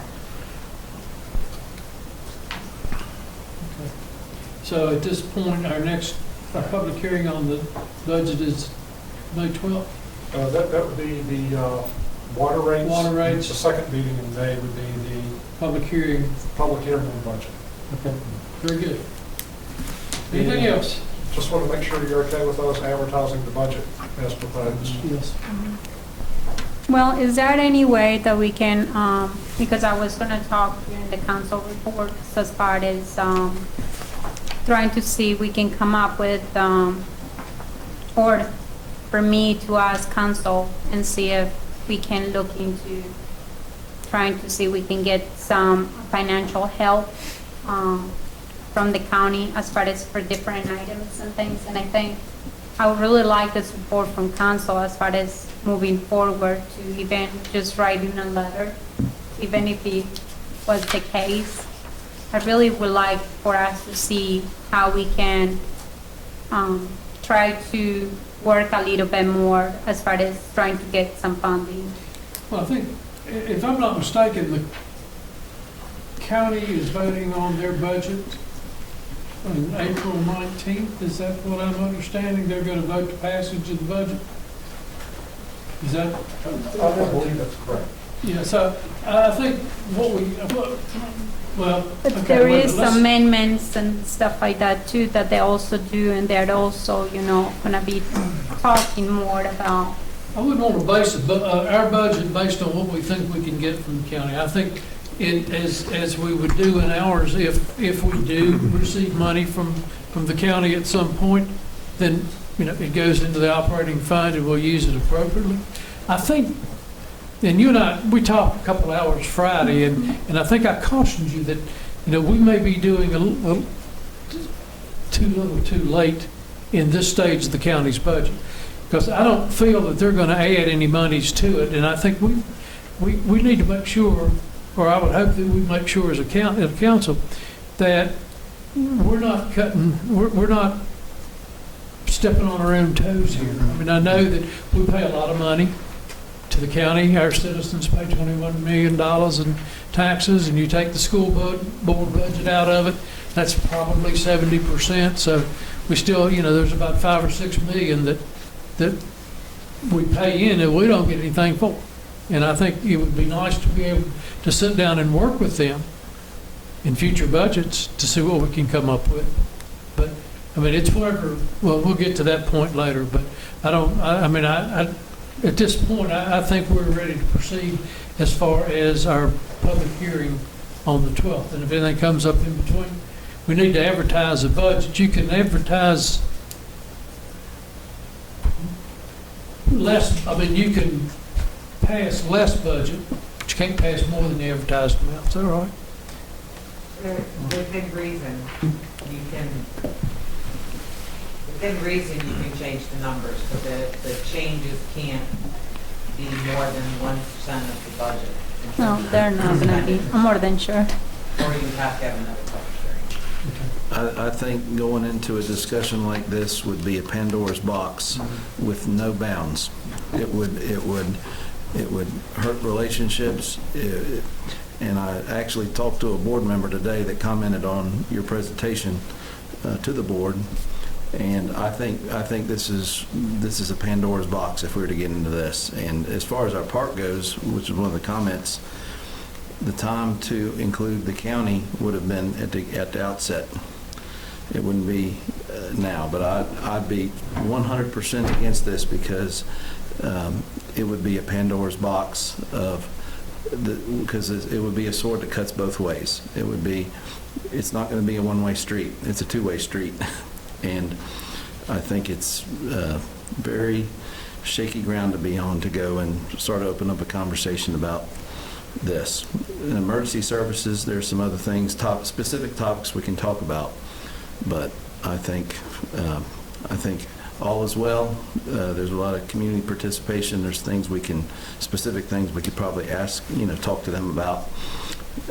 But overall, I think that's a slippery slope that would take us down some rabbit holes we can't even conjure up what those would be. I saw in this letter, Ms. Hicks, that you passed around before the meeting, and I'm just going to read this one sentence, and then I'm leaving it alone.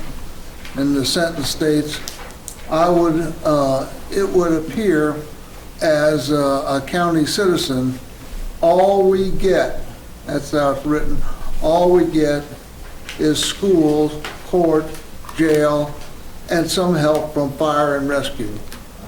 All we get in schools, schools is a tremendous thing, and I agree with Mr. Stipes here. We are just digging ourselves a big hole, and I'm sure they would be tickled to death to help us with the park if we help them with their schools. And we would come out way on the hole on that. So. I still don't understand your comment, but are we having this discussion right now, on council reports? I I thought we were. To the town manager's report, and we'll finish up. That would be in nice. council Thank you, reports, sir. with limited discussion. All right, ready?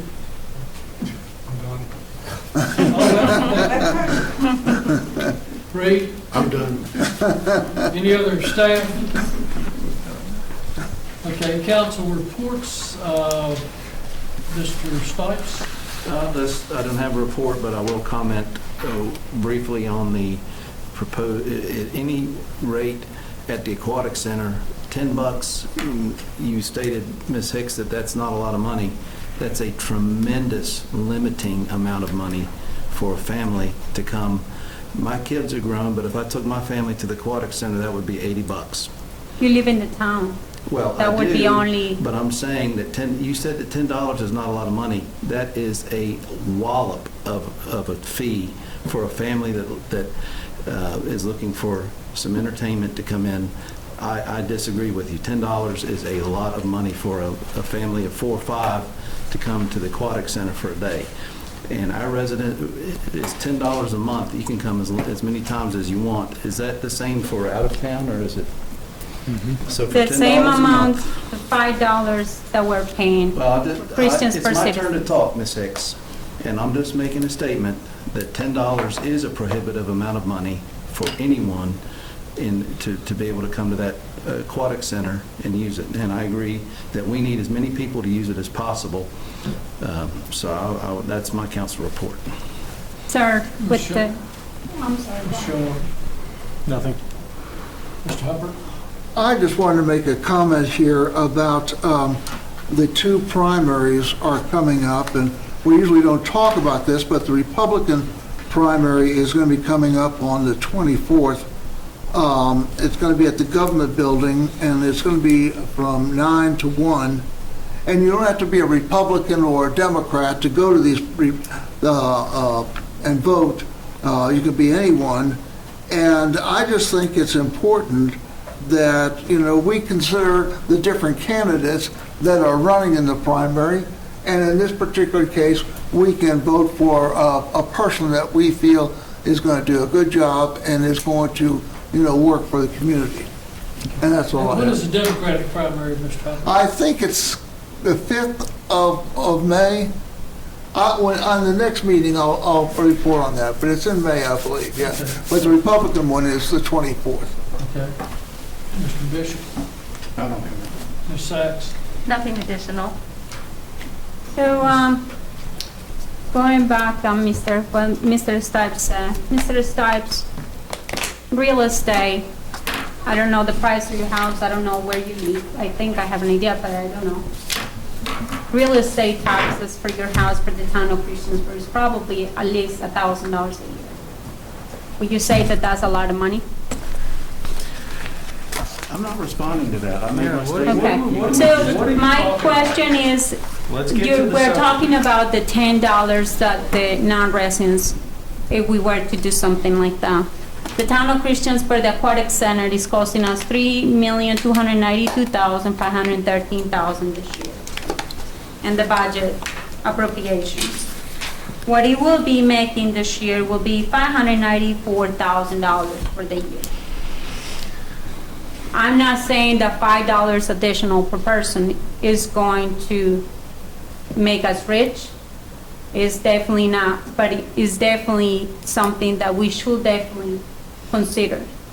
Well, Because- what's the total sum? If we increase the cost, what's the total income we'll get?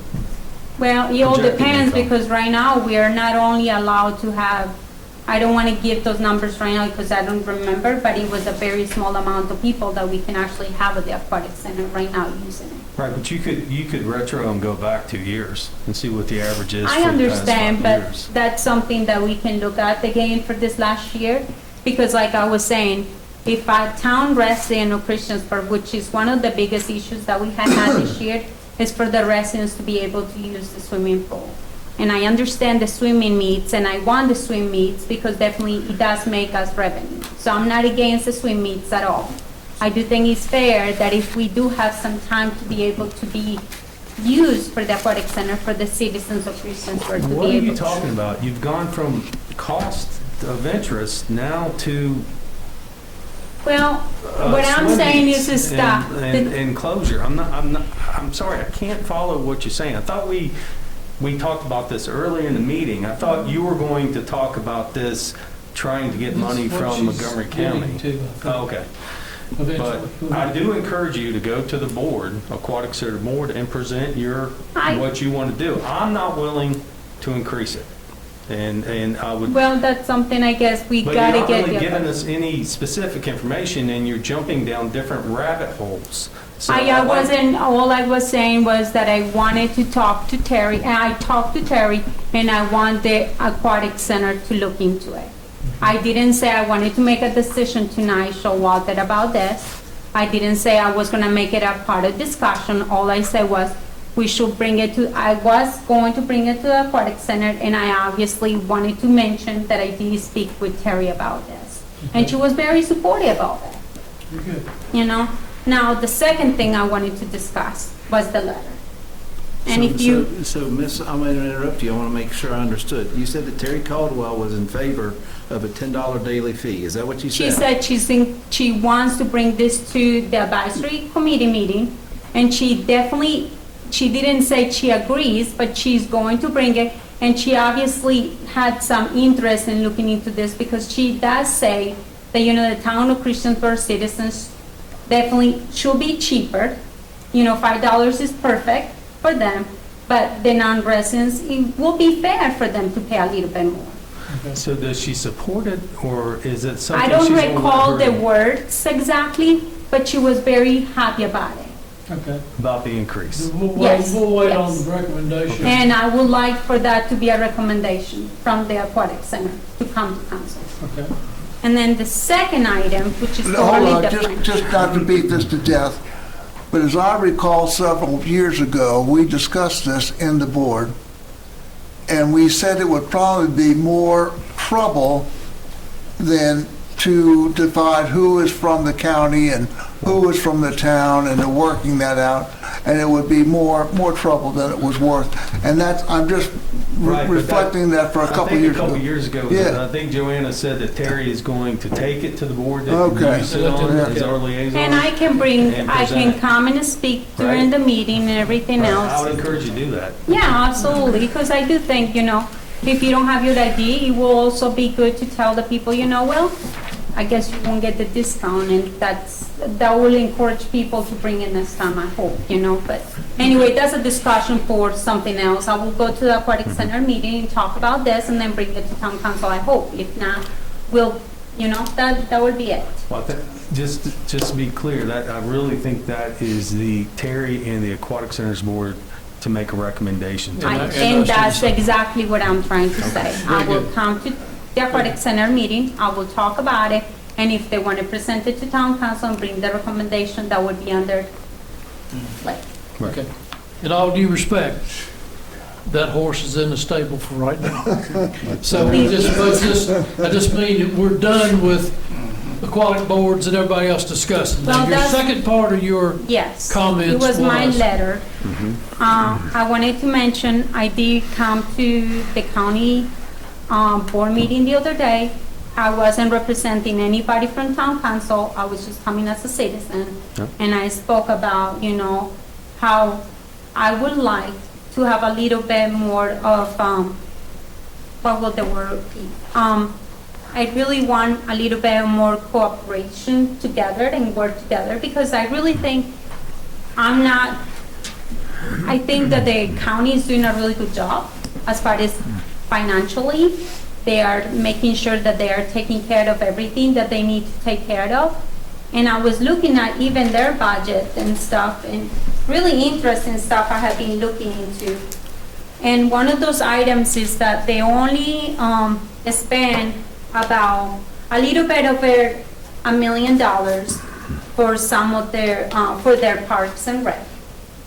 That's their quality of life that they spend. Obviously, there is plans. As of today, because when the Roanoke Park and the Shawsville Park come online, that number I is am going so up. glad you're bringing that up, because those are definitely $1 million, more than $1 million. I had the numbers. 9 million, I think 9 million actually. Yes, 9 million for like one, and the other one is 2-something million. So pretty high numbers.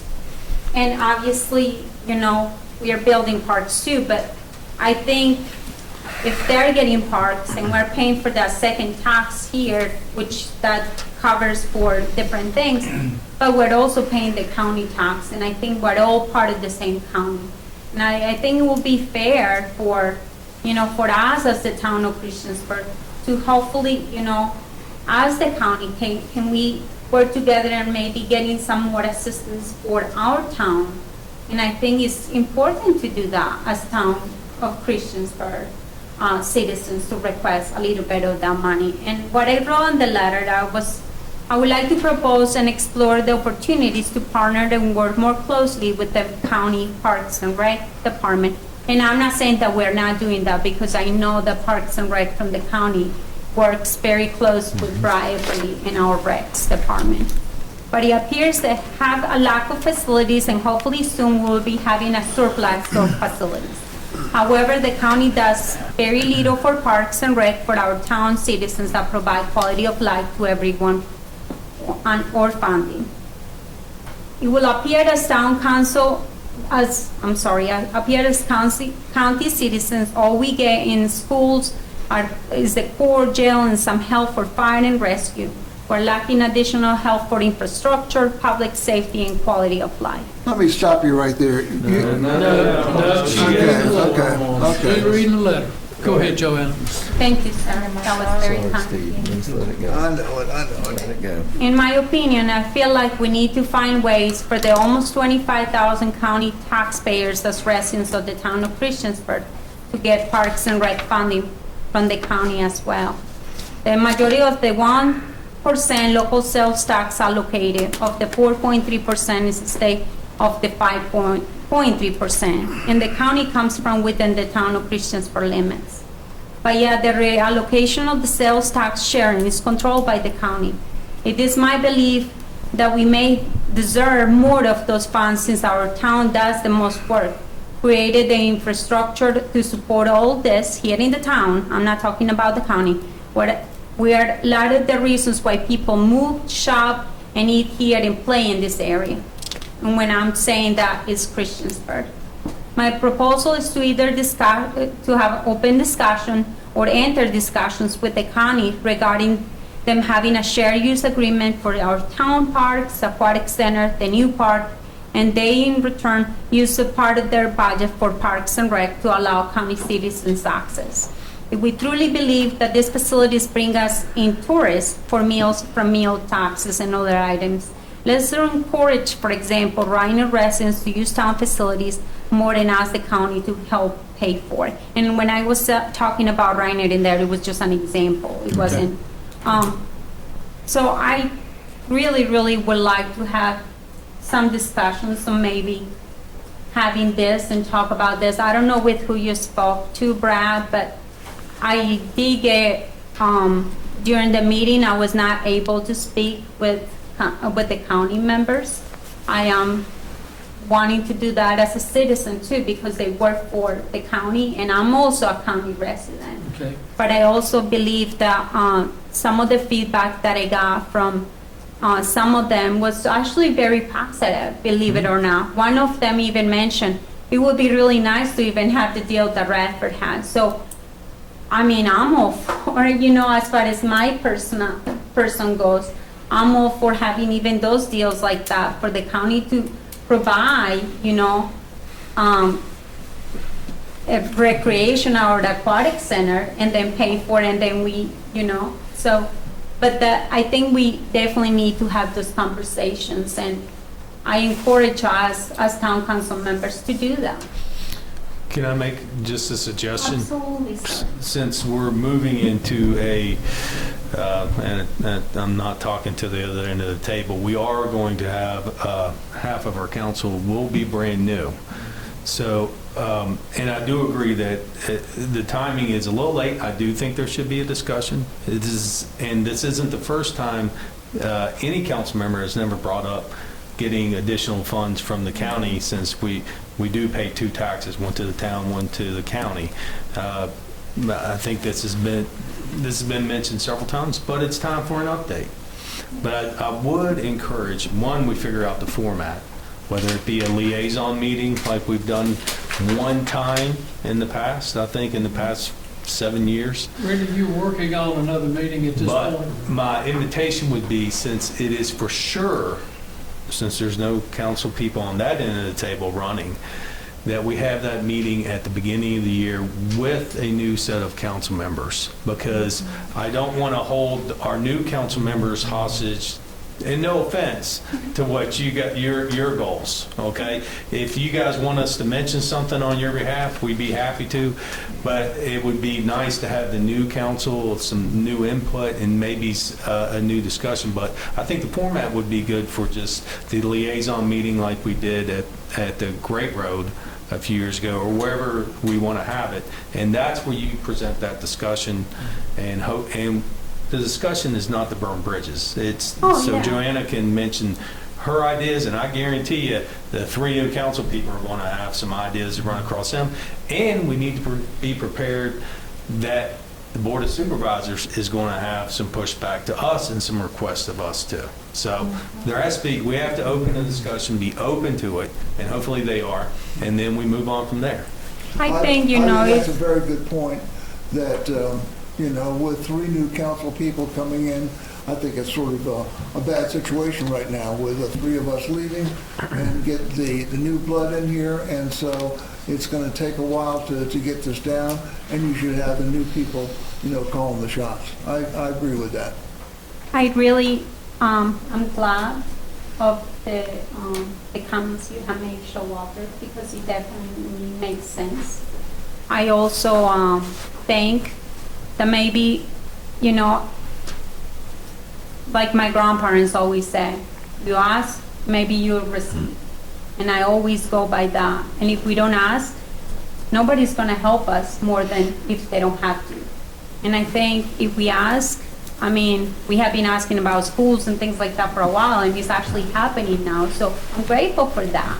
And I think these conversations between the county and the towns is very, very important for us to have, because it's not, I am not saying that they are not doing a good job, because I think they are doing a great job. But I also welcome these conversations, and I think they welcome the conversation from me the other day. Like I said to you, I was not able to speak with everyone, but they were really excited to hear about it, and they were glad that I came by and just made a comment, because that little thing right there created for me to meet with, Parks and Rec person from the county today, even someone else from accounting and everything else, and I think it's really nice. And next week, I hope, Randy will be able to come with me to one of the meetings with Craig Meadows, and I think it's good and it's important to have those relationships. I'd like to throw something else out there too, and that is, just like Mr. Hubbard mentioned, I think our wording needs to change to be more positive, because right now if we approach them and say all we get out of the taxes are the schools and the jail, that's going to turn them against us already. Our wording is completely wrong. Well, and that was not wording Just from for a minute, everyone. please. Yeah. And the issue of saying we have a second tax, I assume you're meaning Christiansburg versus county. But what I want the citizens to remember, and I've had multiple conversations of this in my 3 years and plus on council, is that we're a town, not a city. If we're a city, we're going to absorb all those taxes. You can add those two numbers together, and that's what everybody would be paying. I've heard it called a double tax, whatever have you. But Christiansburg's taxes would never be as low as they are right now if we did not have the county taking care of our schools, our police, our fire, everything else that they contribute as well. Of course. So I'd like people to just consider that. It's not that we can't do away with the county tax. That's impossible. They cover our schools, which is very important. There's still a moratorium on city status anyway, Yeah. right? We had that discussion years ago. When I typed that letter, it was very quickly, and it was this afternoon before the meeting, so it wasn't like it was very perfect wording for me to go and bring this to the county, and I just felt like I had to read it here just because Mr. Hopper made one of the pieces. He took one of the pieces out of the letter, and I think that's unfair to me too, because I'm not presenting. This is not the letter that I will be presenting to the county. And I agree with you. The wording is not what I want it to be, but I'm hoping that with the help of council, we can come up with a really good wording and maybe a great plan of action and say, hey, let's have a discussion, Okay, Sam? You done? I'm done. I've been done. Okay. But I understand, but I think, and we talked about this Friday when we met, and I think I warned you. I don't think that this will all be able to get done by the time they approve their budget, which is next week. I think you're okay with that, right? Waiting but it's something we have to pursue. But my question is to you all. We keep waiting and waiting, and it's just like the community supported stuff, When are we going to be actually working on this? Are we going to continue to work on somebody else to take on this? But and I think that's I don't think. Is What? this council reports? Is that what we're doing? Mr. Yes. Showalter recommended waiting until the first of the year with new council, so I think And that's you the have only made. reason. If I knew that there was no contested council or there was no council race this year, then I think we would push, but for a meeting sooner rather than later. But with definitely three new council members coming on, they're going to want their voices. They're not going to be relayed to, because we don't want to have, you want to establish a meeting and then go, if there's something that they can work with us going forward. But my warning to you is you went to them as a constituent. Yes. So they're going to be nice to you. But when we're sitting around, even though they'll be niceties, you are no longer their constituent. You are a town council member. So they're going to have their ducks in a row too when they come. So I would like to offer this as a possible preliminary session to what we're getting ready to do.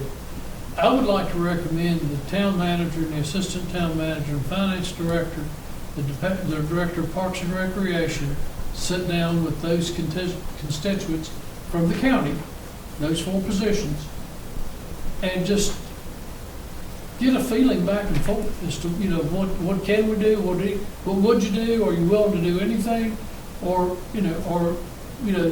the bottom line is they all have to be voted on by their board of supervisors if we're asking them for money. But we also, as I say, we need to be prepared for the end results in that would we see an increased demand on our Parks and Recreation and Aquatic Center from the county residents that would be such that it would preempt the time that our tax-paying citizens can use these facilities.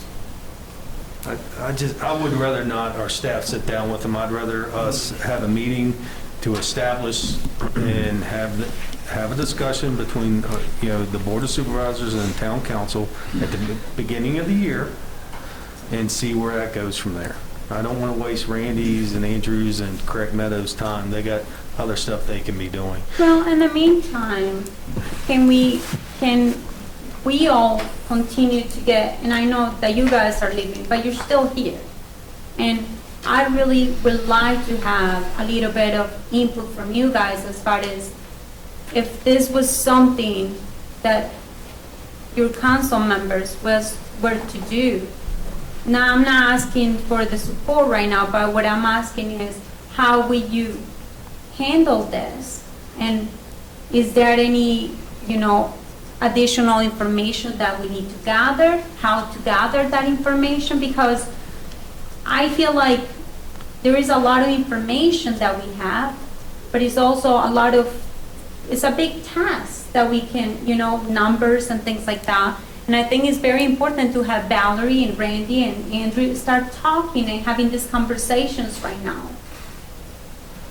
There is not one single staff member at Montgomery County that's going to step into a position without the Board of Supervisors. This is a top-down discussion. This is not a bottom-up discussion.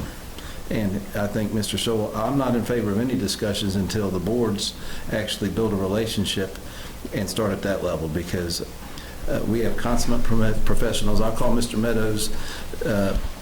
I admire their professionalism, and the staffs are not going to get too serious about any discussions about anything significant that we're talking about without their board's approval. Oh, And so it has to start at the board level. This is a top-down discussion. And I would anticipate this would just be an agenda item, because when we met with them several years ago, for the we boards. covered a large number of items on there. But I do agree with Brad, this is a top-down discussion. But I definitely really like to have all the information that we can gather for this year, so we are prepared to have that discussion. I don't think Randy would go into a meeting unprepared, so that's kind of, I feel like Randy and Val would absolutely go into a meeting prepared when council directed them to do so. And I would agree with Mr. Showalter. I think this is a January discussion. We're too late for the budget now, and everybody has their hands so full with tasks right now. I really think January is the time to start this. Okay. I'll second that. What were you going to say, Mr. Bowman? I can't remember.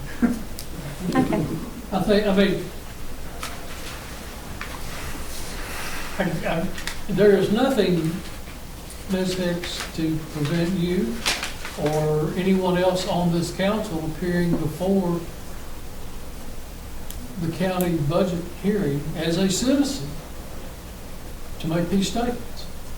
It's not going to be an official statement from the town, from you as an individual. I have made that very clear. Okay. Thank you. Maybe even meet with your specific supervisor one-on-one and talk to them on where they would anticipate funding would come from. At least, that's your constituent in their district, so I would assume they would talk to you.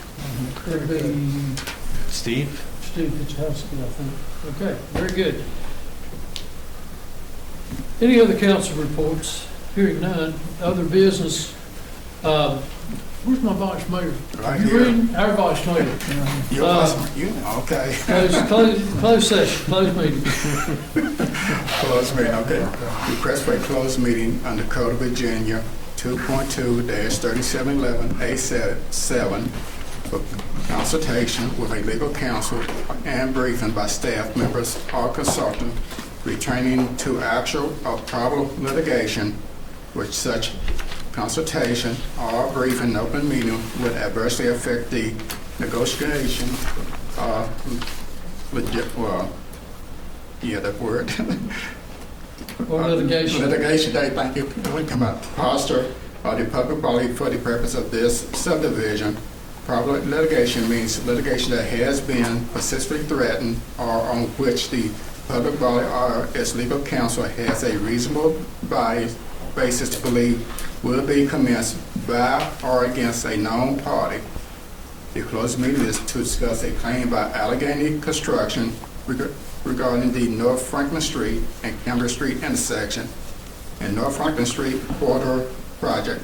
And this is in the form of a motion that we go into a closed meeting. A second. Have a motion and a second. Can we take a 2-minute break or something? Oh, we will. Give me a chance, give me a chance, give me a chance. Yeah. Madam Clerk? Yes, sir. Councilman Bishop. Councilwoman Hicks. Aye. Councilman Hubbard. Aye. Councilwoman Sacks. Aye. Councilman Showalter. Aye. Councilman Stites. Aye. That is 6:00. We will go into recess for 4 minutes. 3 minutes. 3 minutes. 10 minutes. 2 hours. Don't say that I'll go I'll home. take some, get a bottle of chili done. Get a bunch of chili. Get it down. I'll get it down. Do you want to tell you when she's ready, or what's she gonna do? Oh, we just go ahead and get it done. Go ahead, read it. Okay, second take. I move to certify that the town council of the town of Christiansburg having met in closed session in the best of each member's knowledge to discuss on the public business matters lawfully exempt from open meetings required by Virginia law and only such matters as are identified in the resolution to enter into closed meeting. And that's form of a motion. Second? Got a motion and a second.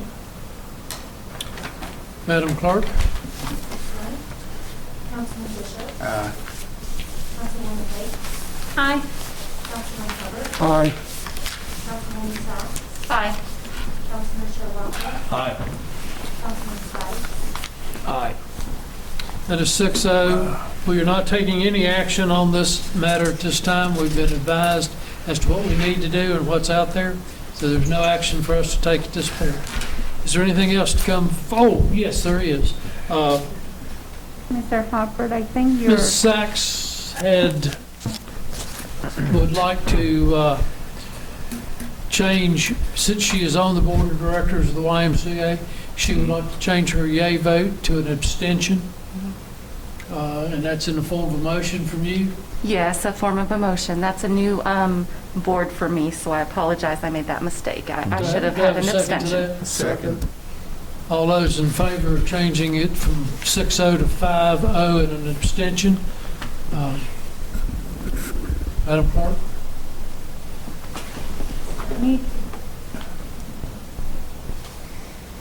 Councilman Bishop. Councilwoman Hicks. Aye. Councilman Hubbard. Aye. Councilwoman Sacks. Aye. Councilman Showalter. Aye. Councilman Stites. Aye. That is 6-0. Is there anything else to come before the meeting tonight? We are adjourned. We are gone.